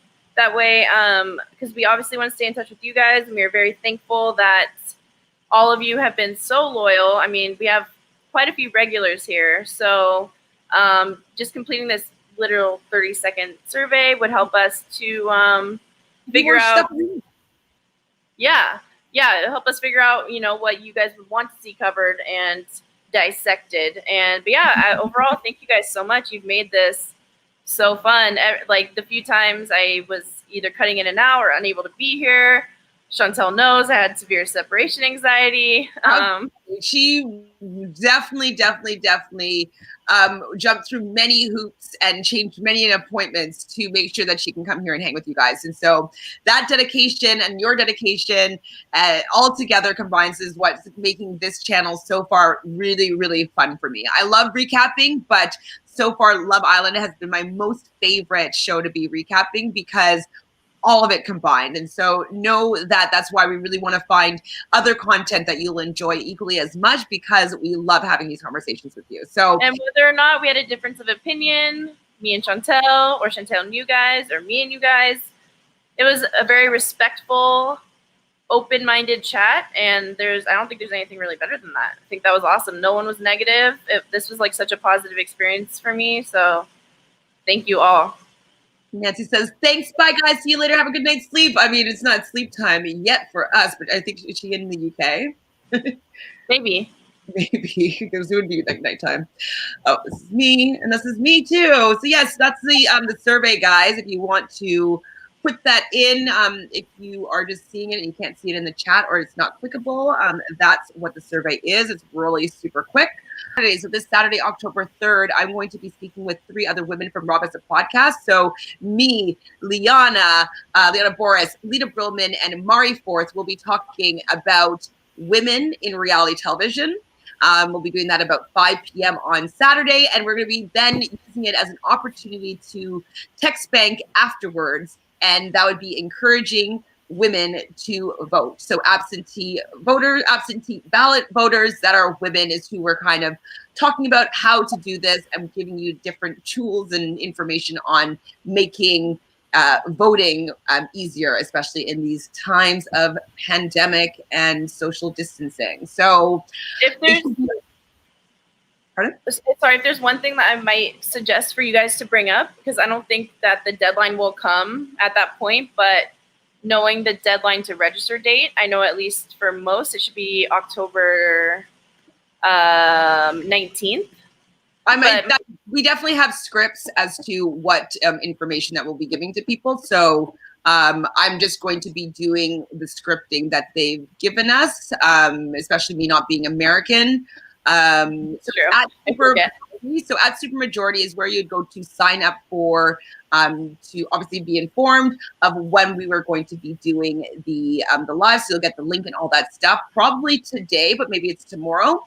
And then within that, you'll have your number will be with us for the text banking session. And yeah, so you'll get all that information. I would assume that they would have that as part of the scripts that we will be giving to people that are responding through the text banking thing. It's just something not too late, guys. Regularly, so I would assume that they would have all those dates as part of their what they've already. Yeah, I already had a friend tell me it's too late for me to even register. I was like, no, it's not. Like, who's telling you that? So you're saying it's the 19th of October is when the last time is to register to vote? I believe so. You have to be registered at that time. Like I think for most states, it's October 19th. Okay. I mean, I good for me to know that, but I'm sure that will be something that is brought up. Yeah. Last comment from Margaret. Hi, Margaret. Nice to meet you. So when Trey left, he was in fact throwing shade at Justine. Then all of a sudden he changed his tone at some point. I think he saw the love that she was getting and didn't want to be the bad guy. I mean, I think that he was hurt in the moment because he felt dissed by her, and especially since he easily could have just picked Caitlyn and instead of Justine, and then she friend zoned him. And so I think that he was feeling a little bit slighted. So yeah, I think that he was upset. He was broken up with on TV by somebody that wasn't necessarily his first choice. I think that, he's still a pretty young guy, 25, he gets the girls all the time. So I think that it was just he was not used to having someone, dissed him like that. And his so ego was bruised. Yeah. And so that's probably why he was maybe throwing shade. I didn't find him throwing that much shade when I saw him on doing some of his lives with After the Island. And there was another one that he did, I think with Alana. But it just seemed like he was hurt. And I think that he changed his tune because it's I'm over it now. And I like what's going on between him and Caleb. Her and Caleb, sorry. That's what I think. Anybody else have anything to say? Man, I thought we were going to be done 45 minutes ago, to be honest. So crazy. Come on, Chantele. I know, right? Again, we love talking to you guys. Please, if you haven't already, subscribe right down over there. There should be a little Reality Realness button that you could click onto. We're trying to get to 1,000 subscribers as soon as possible, but by October 18th. And then at that moment, we're going to have a surprise guest to talk about one of our favorite reality television shows. So we don't know what that is yet, but she is a pseudo-famous friend of mine that wants to chat with y'all. So she's going to be our surprise guest. Do you have anything else you want to say, Brazil? One time for the one time, Team Jaleb. Team Jaleb. And don't forget to find, I was going to call you Justine again, Brazil, because on Wednesday, she's going to be playing her first sequester game. So it's less than a week away now, which is pretty exciting. And so I will be doing something like this where we'll be watching her game and doing commentary in between each round. So sequester, if you want to take a look at sequester access on YouTube, there should be a video on how to watch sequester, or at least on sequester access, there is a link to be able to watch a YouTube video on how to watch sequester, because it's a little bit different than most kind of games that you watch online. And then, come and join me in the chat, and we'll just be dissecting Brazil's game. Woo, woo, Lord woo. help me. Other than that, other than subscribing, other than filling out the poll, other than Gornu at supermajority.com. Follow me on Instagram. Follow me on Twitter. We'll keep you updated. We'll see you tomorrow, though. Yes, I'll come back tomorrow. Find the tea. Let's talk about it. Tea time tomorrow at 2. Tea party with RR. Yay!